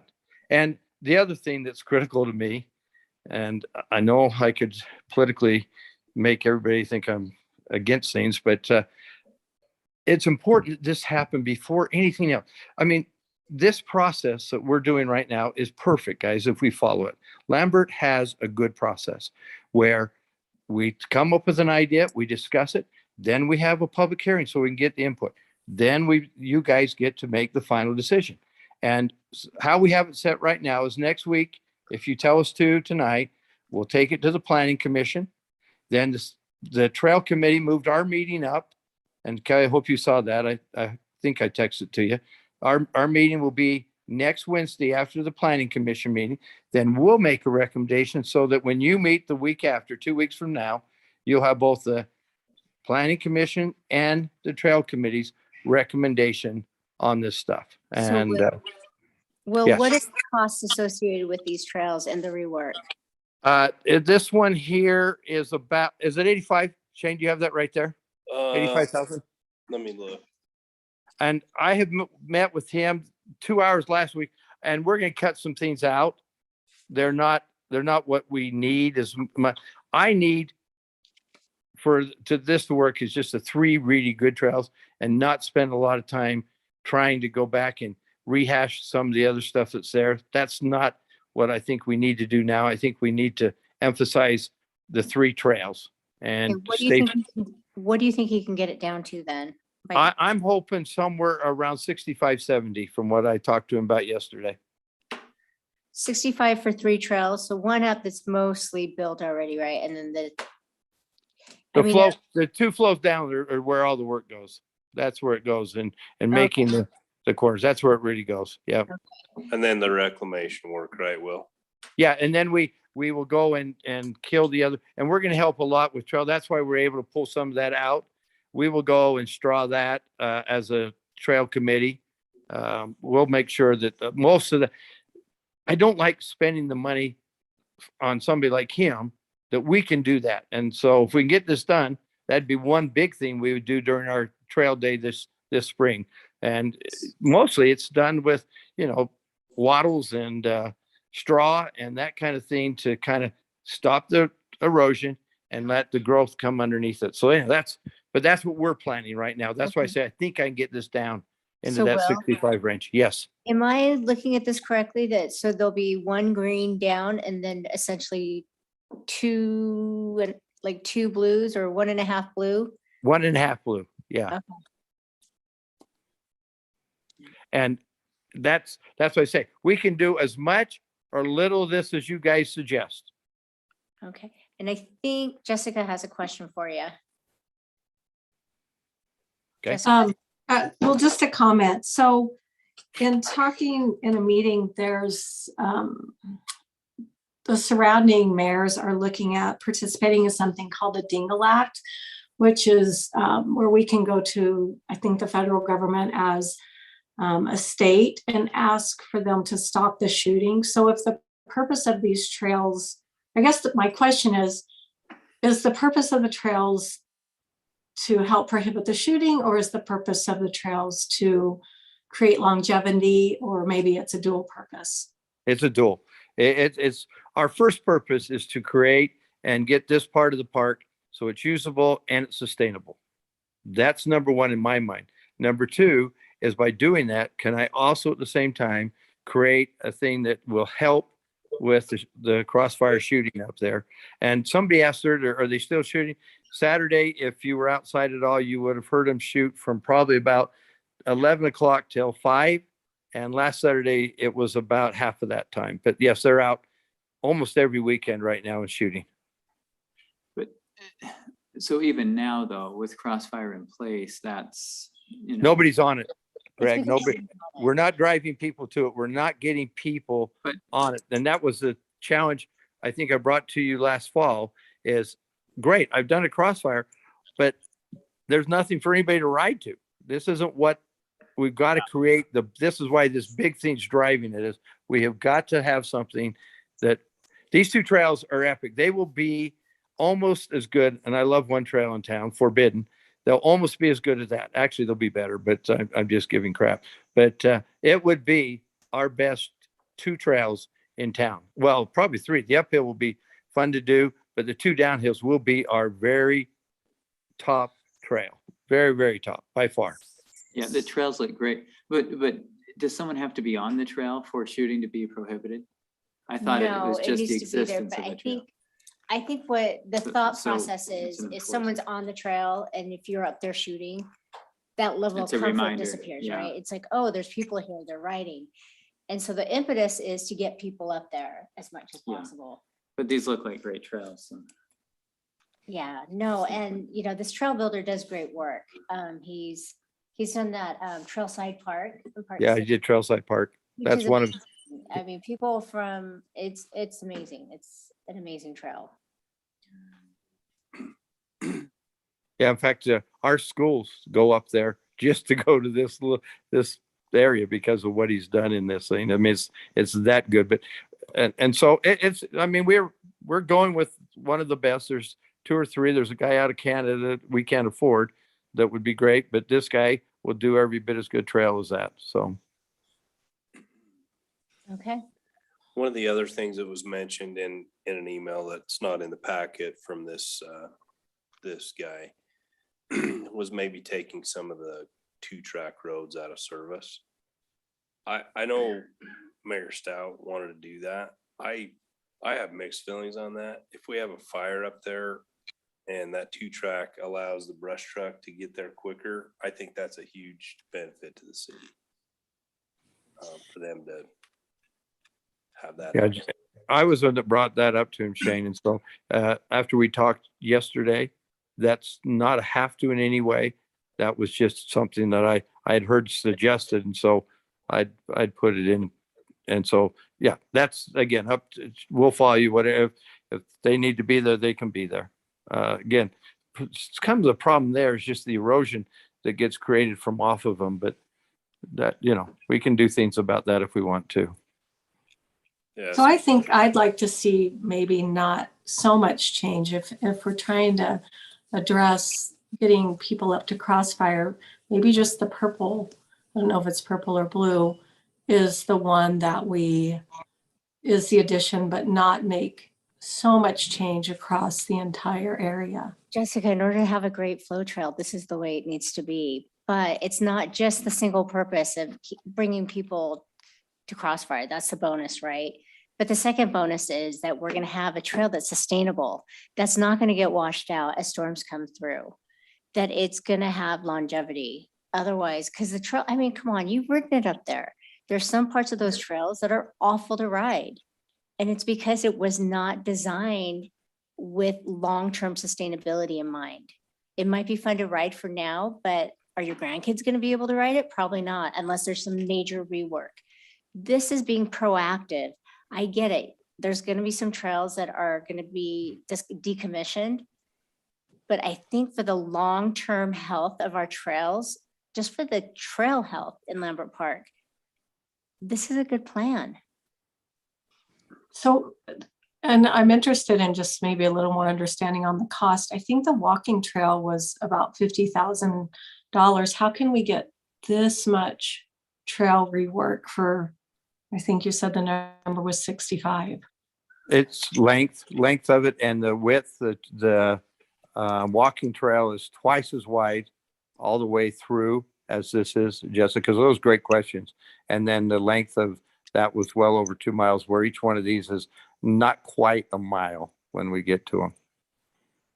So it's just length of what they're doing.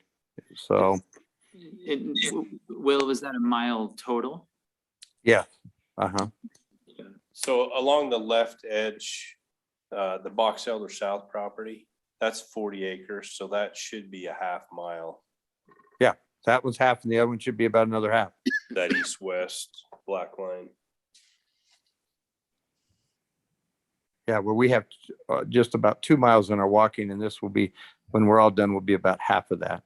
The one up in Three Falls is going to be about, we were trying to measure out yesterday. I think we came up with about almost 44,000 feet, lineal feet. So So will this become directional then? yes, absolutely. Yes. Thank you. I'm glad I wanted that to be emphasized, definitely, because for these will be in such a way that the way that you write them, you're coming into those turns, you want to be the only person on the turn. You don't want somebody coming up that same turn. And so the uphill's got to be as good as anything, so that that's one people can walk. We will, after this, figure out which way to get other walkers back down to without having to go down any of our flow. That's something we'll be talking about in our Trails Committee meeting, is how now people like to walk up here. We want them to walk up there too. We don't want to eliminate them. What will we use, and which one would we designate as a downhill walking for people, and keep that so that it can be used that way? I guess I assumed it would be the ZAG multi-use, that would be bi-directional, or is that only up only? It can be, that one can be either way. That's exactly it, Carla. Is that one can be up and down. That one, we probably went like bikers, but walkers and stuff like that. So that's the best one for them to walk. But again, I haven't explored this. This just came up with Bryce yesterday as we were talking. And so I haven't explored this with my committee at all. So I don't want to say that's what they agree with. That's just what Bryce and I are saying. Like you just said, Carla, right now, that's what we're suggesting. Okay. So this just wasn't obvious to me right at first, but here's my assumption. So the white trail is hiking only, Yep. right? The orange is bi-directional and would include even horses or walkers, I suppose, right? Right. And then blue and green, both colors of blue, are the flow trails. Or the down. flow trails, yes. And that's bikes only. But I guess a walker with that road could, come down the water tank road as well. Yeah, they could walk on and that's why we talked about not decommissioning, because they would still be good for walking. They're great. People walk on them. I was up there the other day with him, and it was interesting. There's as many people on that because they can walk two together. That's what's interesting. They can walk with dogs. They like the visibility of having their dogs with them on those. Yeah, instead of before or behind them, it's hard to do it, but they can walk side by side with them. You're right, Jessica, that's right. Okay. Anybody else have questions for Will while he's on? Well, thank you, Will. Thank you. Well, like I say, if you guys put this on, then we'll go ahead and be at the Planning Commission next week, and then we'll hold our meeting Wednesday, and we'll have recommendations for you in your next meeting. Okay, thank you. Thank you. Well, if you have the time to stay on for this next item, it would be great too. Okay. It's up to you. I do. I'm good. Okay. So next item is the trail connecting to Draper City. Oh, okay. Probably Shane on this one. The best thing was, Carla, do you have any update from Highland on any of their efforts? No, they're still trying to decide. The way that I've spoken with them, they're trying to figure out what they're going to do with their encroachment. Their option one that they had in their city council meeting last week would be ideal, because that was what was originally planned for the Bonneville Shoreline Trail. But Right. the encroachment's so bad there that I don't know if they're willing to do that. But, you know, I just basically told them, you know, it just depends whether you guys are part of the Bonneville Shoreline Trail or not. And then also, you know, if they are going to attack encroachment, then maybe the Bonneville Shoreline Trail is a good excuse for that, to really tackle it. Because apparently it's a problem all over their city. They have multiple instances of it, but they still don't know what they're going to do. And honestly, I don't know if they're going to actually go through with it. But they should have access from the Angels Gate worked out in time. And how are they going to do that one? I'll talk about it with you offline. Okay, because that's why that's kind of, okay. So Shane, maybe I'll just say something here then.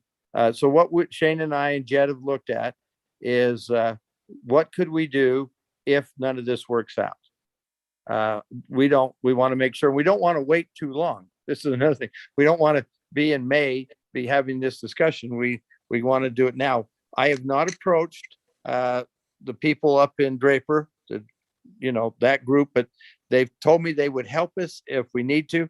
And what that means is that we would go over to your water tank over there, maybe a map to show that. But you guys all know where the water tank is on the west side. Mm-hmm. So we'd go there. We can drive there. We can make a small, trailhead there. And then we can, on Alpine City property, not going on any private property or anybody else, we can get over to Draper into the area. Then we just have to take that over to Go Forever Drive. Jessica's favorite trail. Longview. Go for a 3-day drive. Mhm. That's what I call it. Holy cow, you get on that, So you gotta have two lunches. So How far away is that connection from Longview? not very far at all. It's Well, amazing. and Draper has said if we can get to them, they'll help us from that point to Yeah. Longview. That's what Bill said to me. That's the same thing. But then I didn't talk about it anymore because I didn't want to, again, get ahead of anybody trying. Because I think ultimately the best thing is if we can get Highland to create a good on there that we can get to it, awesome. But if not, we got to be ahead of that and do our own thing. And Well, and I so think we need to be ready this spring to be able to do that. And I don't think they'll be able to do that. Even if they do tackle encroachment, it's going to take a long time. it's going to take some time. Okay. So then what reason this is up there, what we need is from you guys is the right to go ahead and start talking to Draper and Bill and get this. So we can do our side of it, but we'll need your permission again to do that. We'll need that same process. But more importantly is I want to confirm with Bill that if we get it there, we're in. And I haven't put it to that level. I just suggested that that's what we'd like to do. There was a possibility. And I told him I'd get back to him once we had something from you guys. Well, and I spoke with Dave Dobbins and he said that he would be willing to help get that connection also. Okay. But okay, so do we go? Do I just push to that, guys? I don't have a vote. Council, do you guys have? Hey, I have a question. Just looking at this, is 4 stalls the maximum we think we can get up there if we had to do that? I mean, we could do more, but We can do more. It's a lot of work. A lot of It's great. routine. It's great, Kelly. It's not the flattest area in town. No, I know. I think where it says the number 4 in 4 parking stalls. I mean, if you extended the culvert that goes under the road and filled that ravine in, you could make more of a parking lot there, but it's gonna get involved for sure. Well, I've been in And so that. people may have to just ride up that. For me, I wouldn't use it as a trailhead. I just use it as an access point. You're saying you would just ride the road up there and then Yeah, that's jump- how I get there now anyway. When I ride to do it, I ride from my house over to that way anyway. I think that's what most people do. Yeah, you'll see, we used to see 5 to 6 cars on a real busy day there at the top, just before you go into that trailhead. And that's why I said I'd love a trailhead eventually over there that did what we've been doing. But if not, this is a 4, and that will get those who are coming from a little further away in town the chance to go up there or don't want to ride on the road over. You don't think any mountain bike teams or whatever are going to come use that trail to access there? No, I don't feel like They might, Kelly, but dang, I don't know. I honestly don't know that a lot of them, what they're already talking is they're just going to transport up and they'll start further up the trails than they have been. That's what they've been talking. what they like about Hog Hollow Road is they're able to do their time trials there. So that's why you Yeah. see so much traffic on Hog Hollow Road. The rest of it is, they try to disperse it within the trail systems. I can't imagine that would be somewhere where they could go, because number one, there's not going to be very much parking. So I think that's already going to limit it. And it would be much easier for them to go through the other way, especially if they're just the access point and travel to get there. Historically, on that Pfeiffer Horn corner, I think there's normally been 4 or 6 cars, as Will says, most of the time. So this could be close and it's a little higher and less convenient. However, in Highlands meeting last week, there was some commentary of sending people over to Alpine, so I don't know if that would. No, they didn't understand the trail system. In fact, I spoke with the mayor and a couple of city council people. So after our meeting tomorrow morning for the safety district, I told them I'd show them where it is. It's not, it would be easier for them to go through where they're already going. I don't think they understood. I think they thought as soon as they get to on top of Pfeiffer Horn, that we would have access. Right. And I explained, I'm like, we don't have access just like you guys do. Right. And Greg, I appreciate you bringing that up though, because that's one of the reasons that we've been quiet. We haven't been out promoting this as anything that's good for everybody. Because we just gotta, it could become a major, and I think Kelly, you're seeing that it could become a major if we're not careful.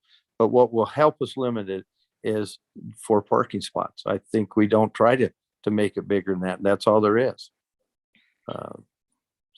Anyhow, that's a challenge with it, guys. That's why right now, if this gets out as the solution, that's the direction everybody will push. They'll be happy to have us solve their problem. But at the same time, we have the same problem, so we do want to solve it.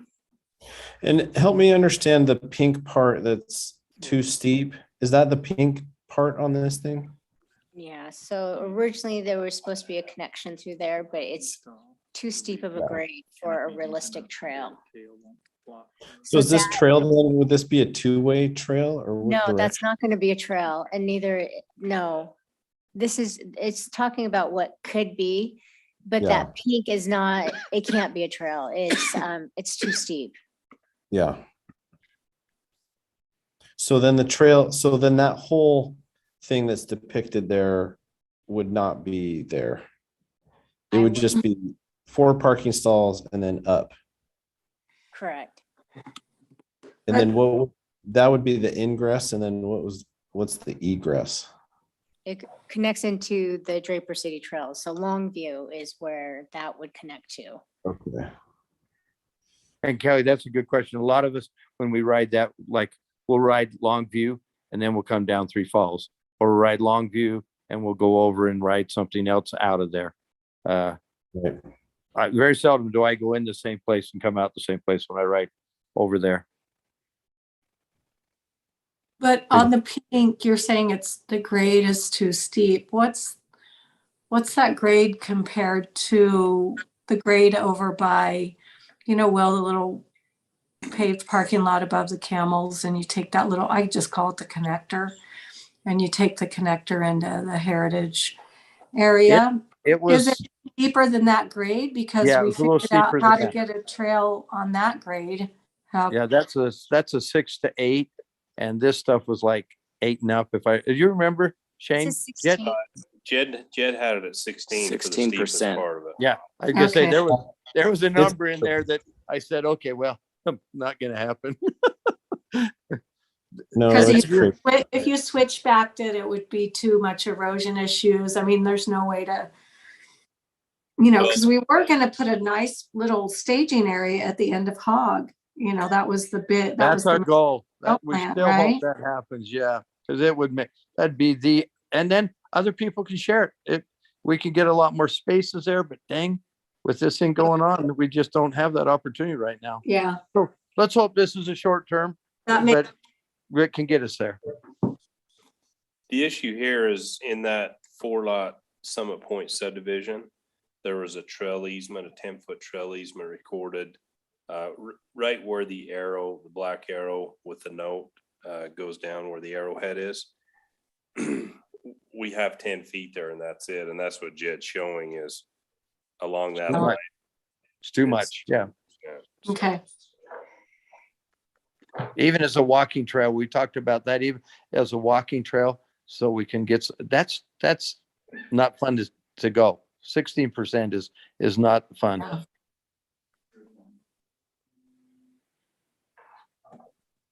Okay. Lon, what do you think of the trail connection through there? I like that idea for sure. I've suggested it some time ago that we utilize our own property to get in. Okay, great. Yeah, it looks as good an option as any. Kelly, do you have any other questions? No, I'll just look forward to talking to Catherine Marchant about that.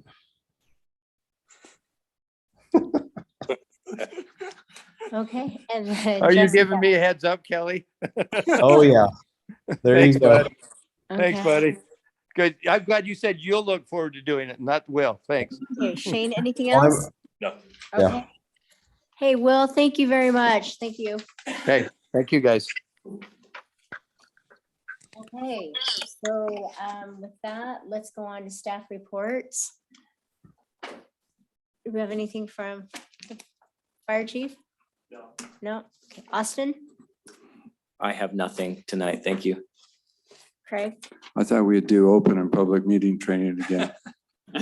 No. And he's a comedian tonight. No, Yes, he- I might indicate Shane and I have been working on some Robert's Rules of Order simplified training for the city council and the planning commission. Perfect, great. Look forward to it. Bonnie?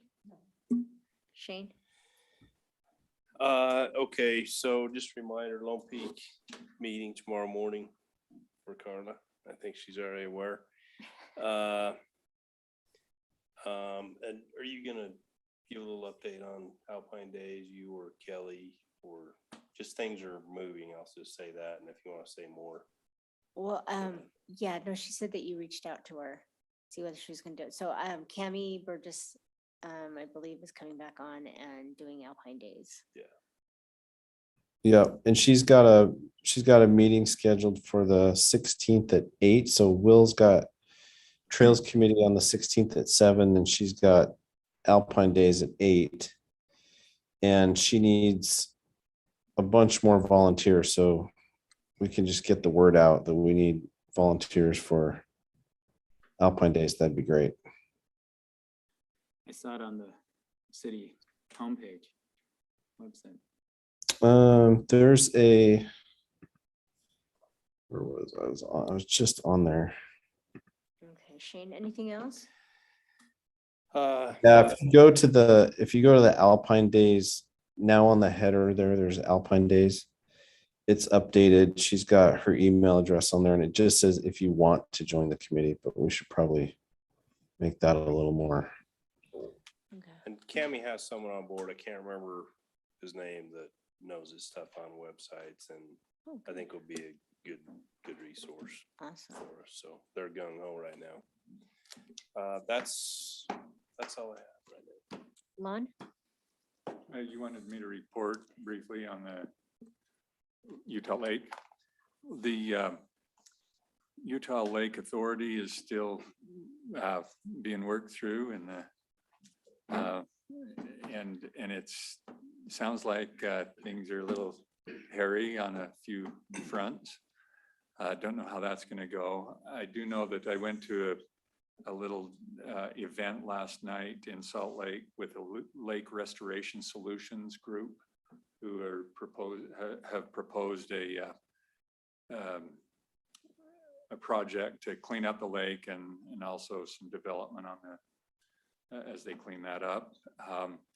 they pulled the, I guess both the House and Senate together.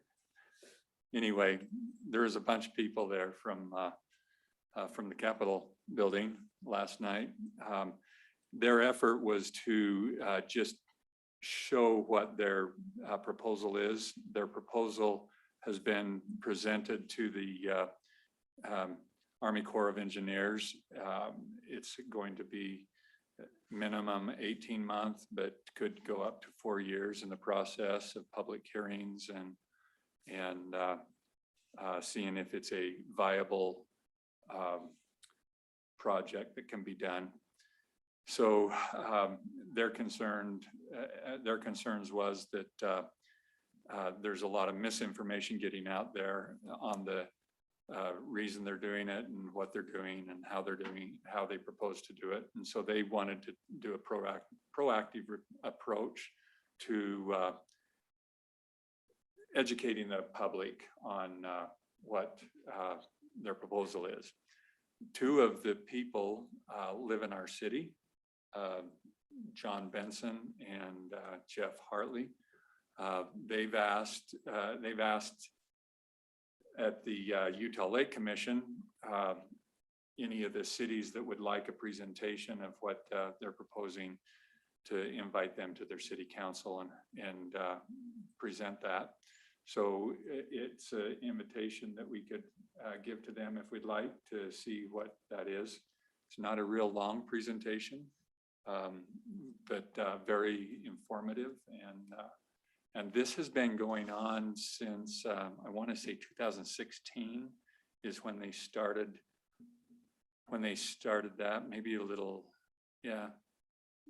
I've been on the Utah Lake Commission for quite a while, and I think it was about then that one of the first proposals to clean up the lake and that was presented.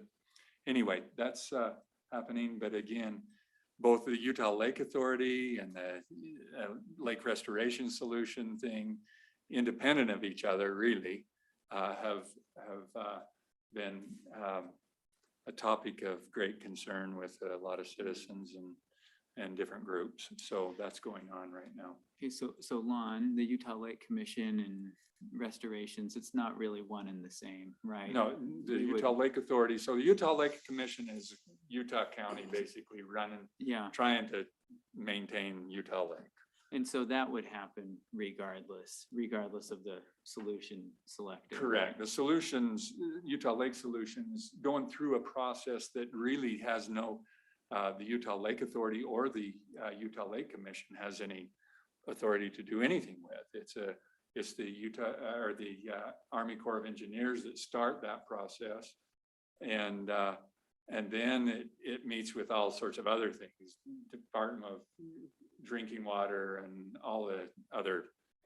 I mean, it's just it's a massive undertaking that these guys are taking on to get through. And even the Utah Lake Authority is a very difficult situation because there's so many shareholders in the thing, the water rights and the DNR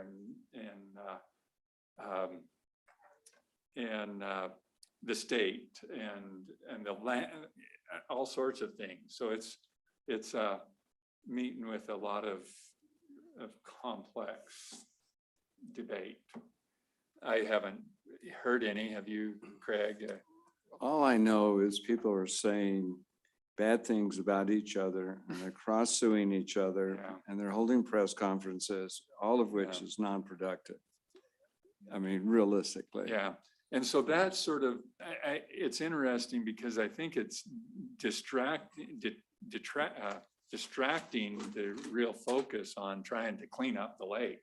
We have a real problem with the water in the lake and the depth of it too. I mean, so some think it will just fix itself. Some think that you just make sure that all the wastewater that's going in there, the clean wastewater that's going in there is the cause of the problem.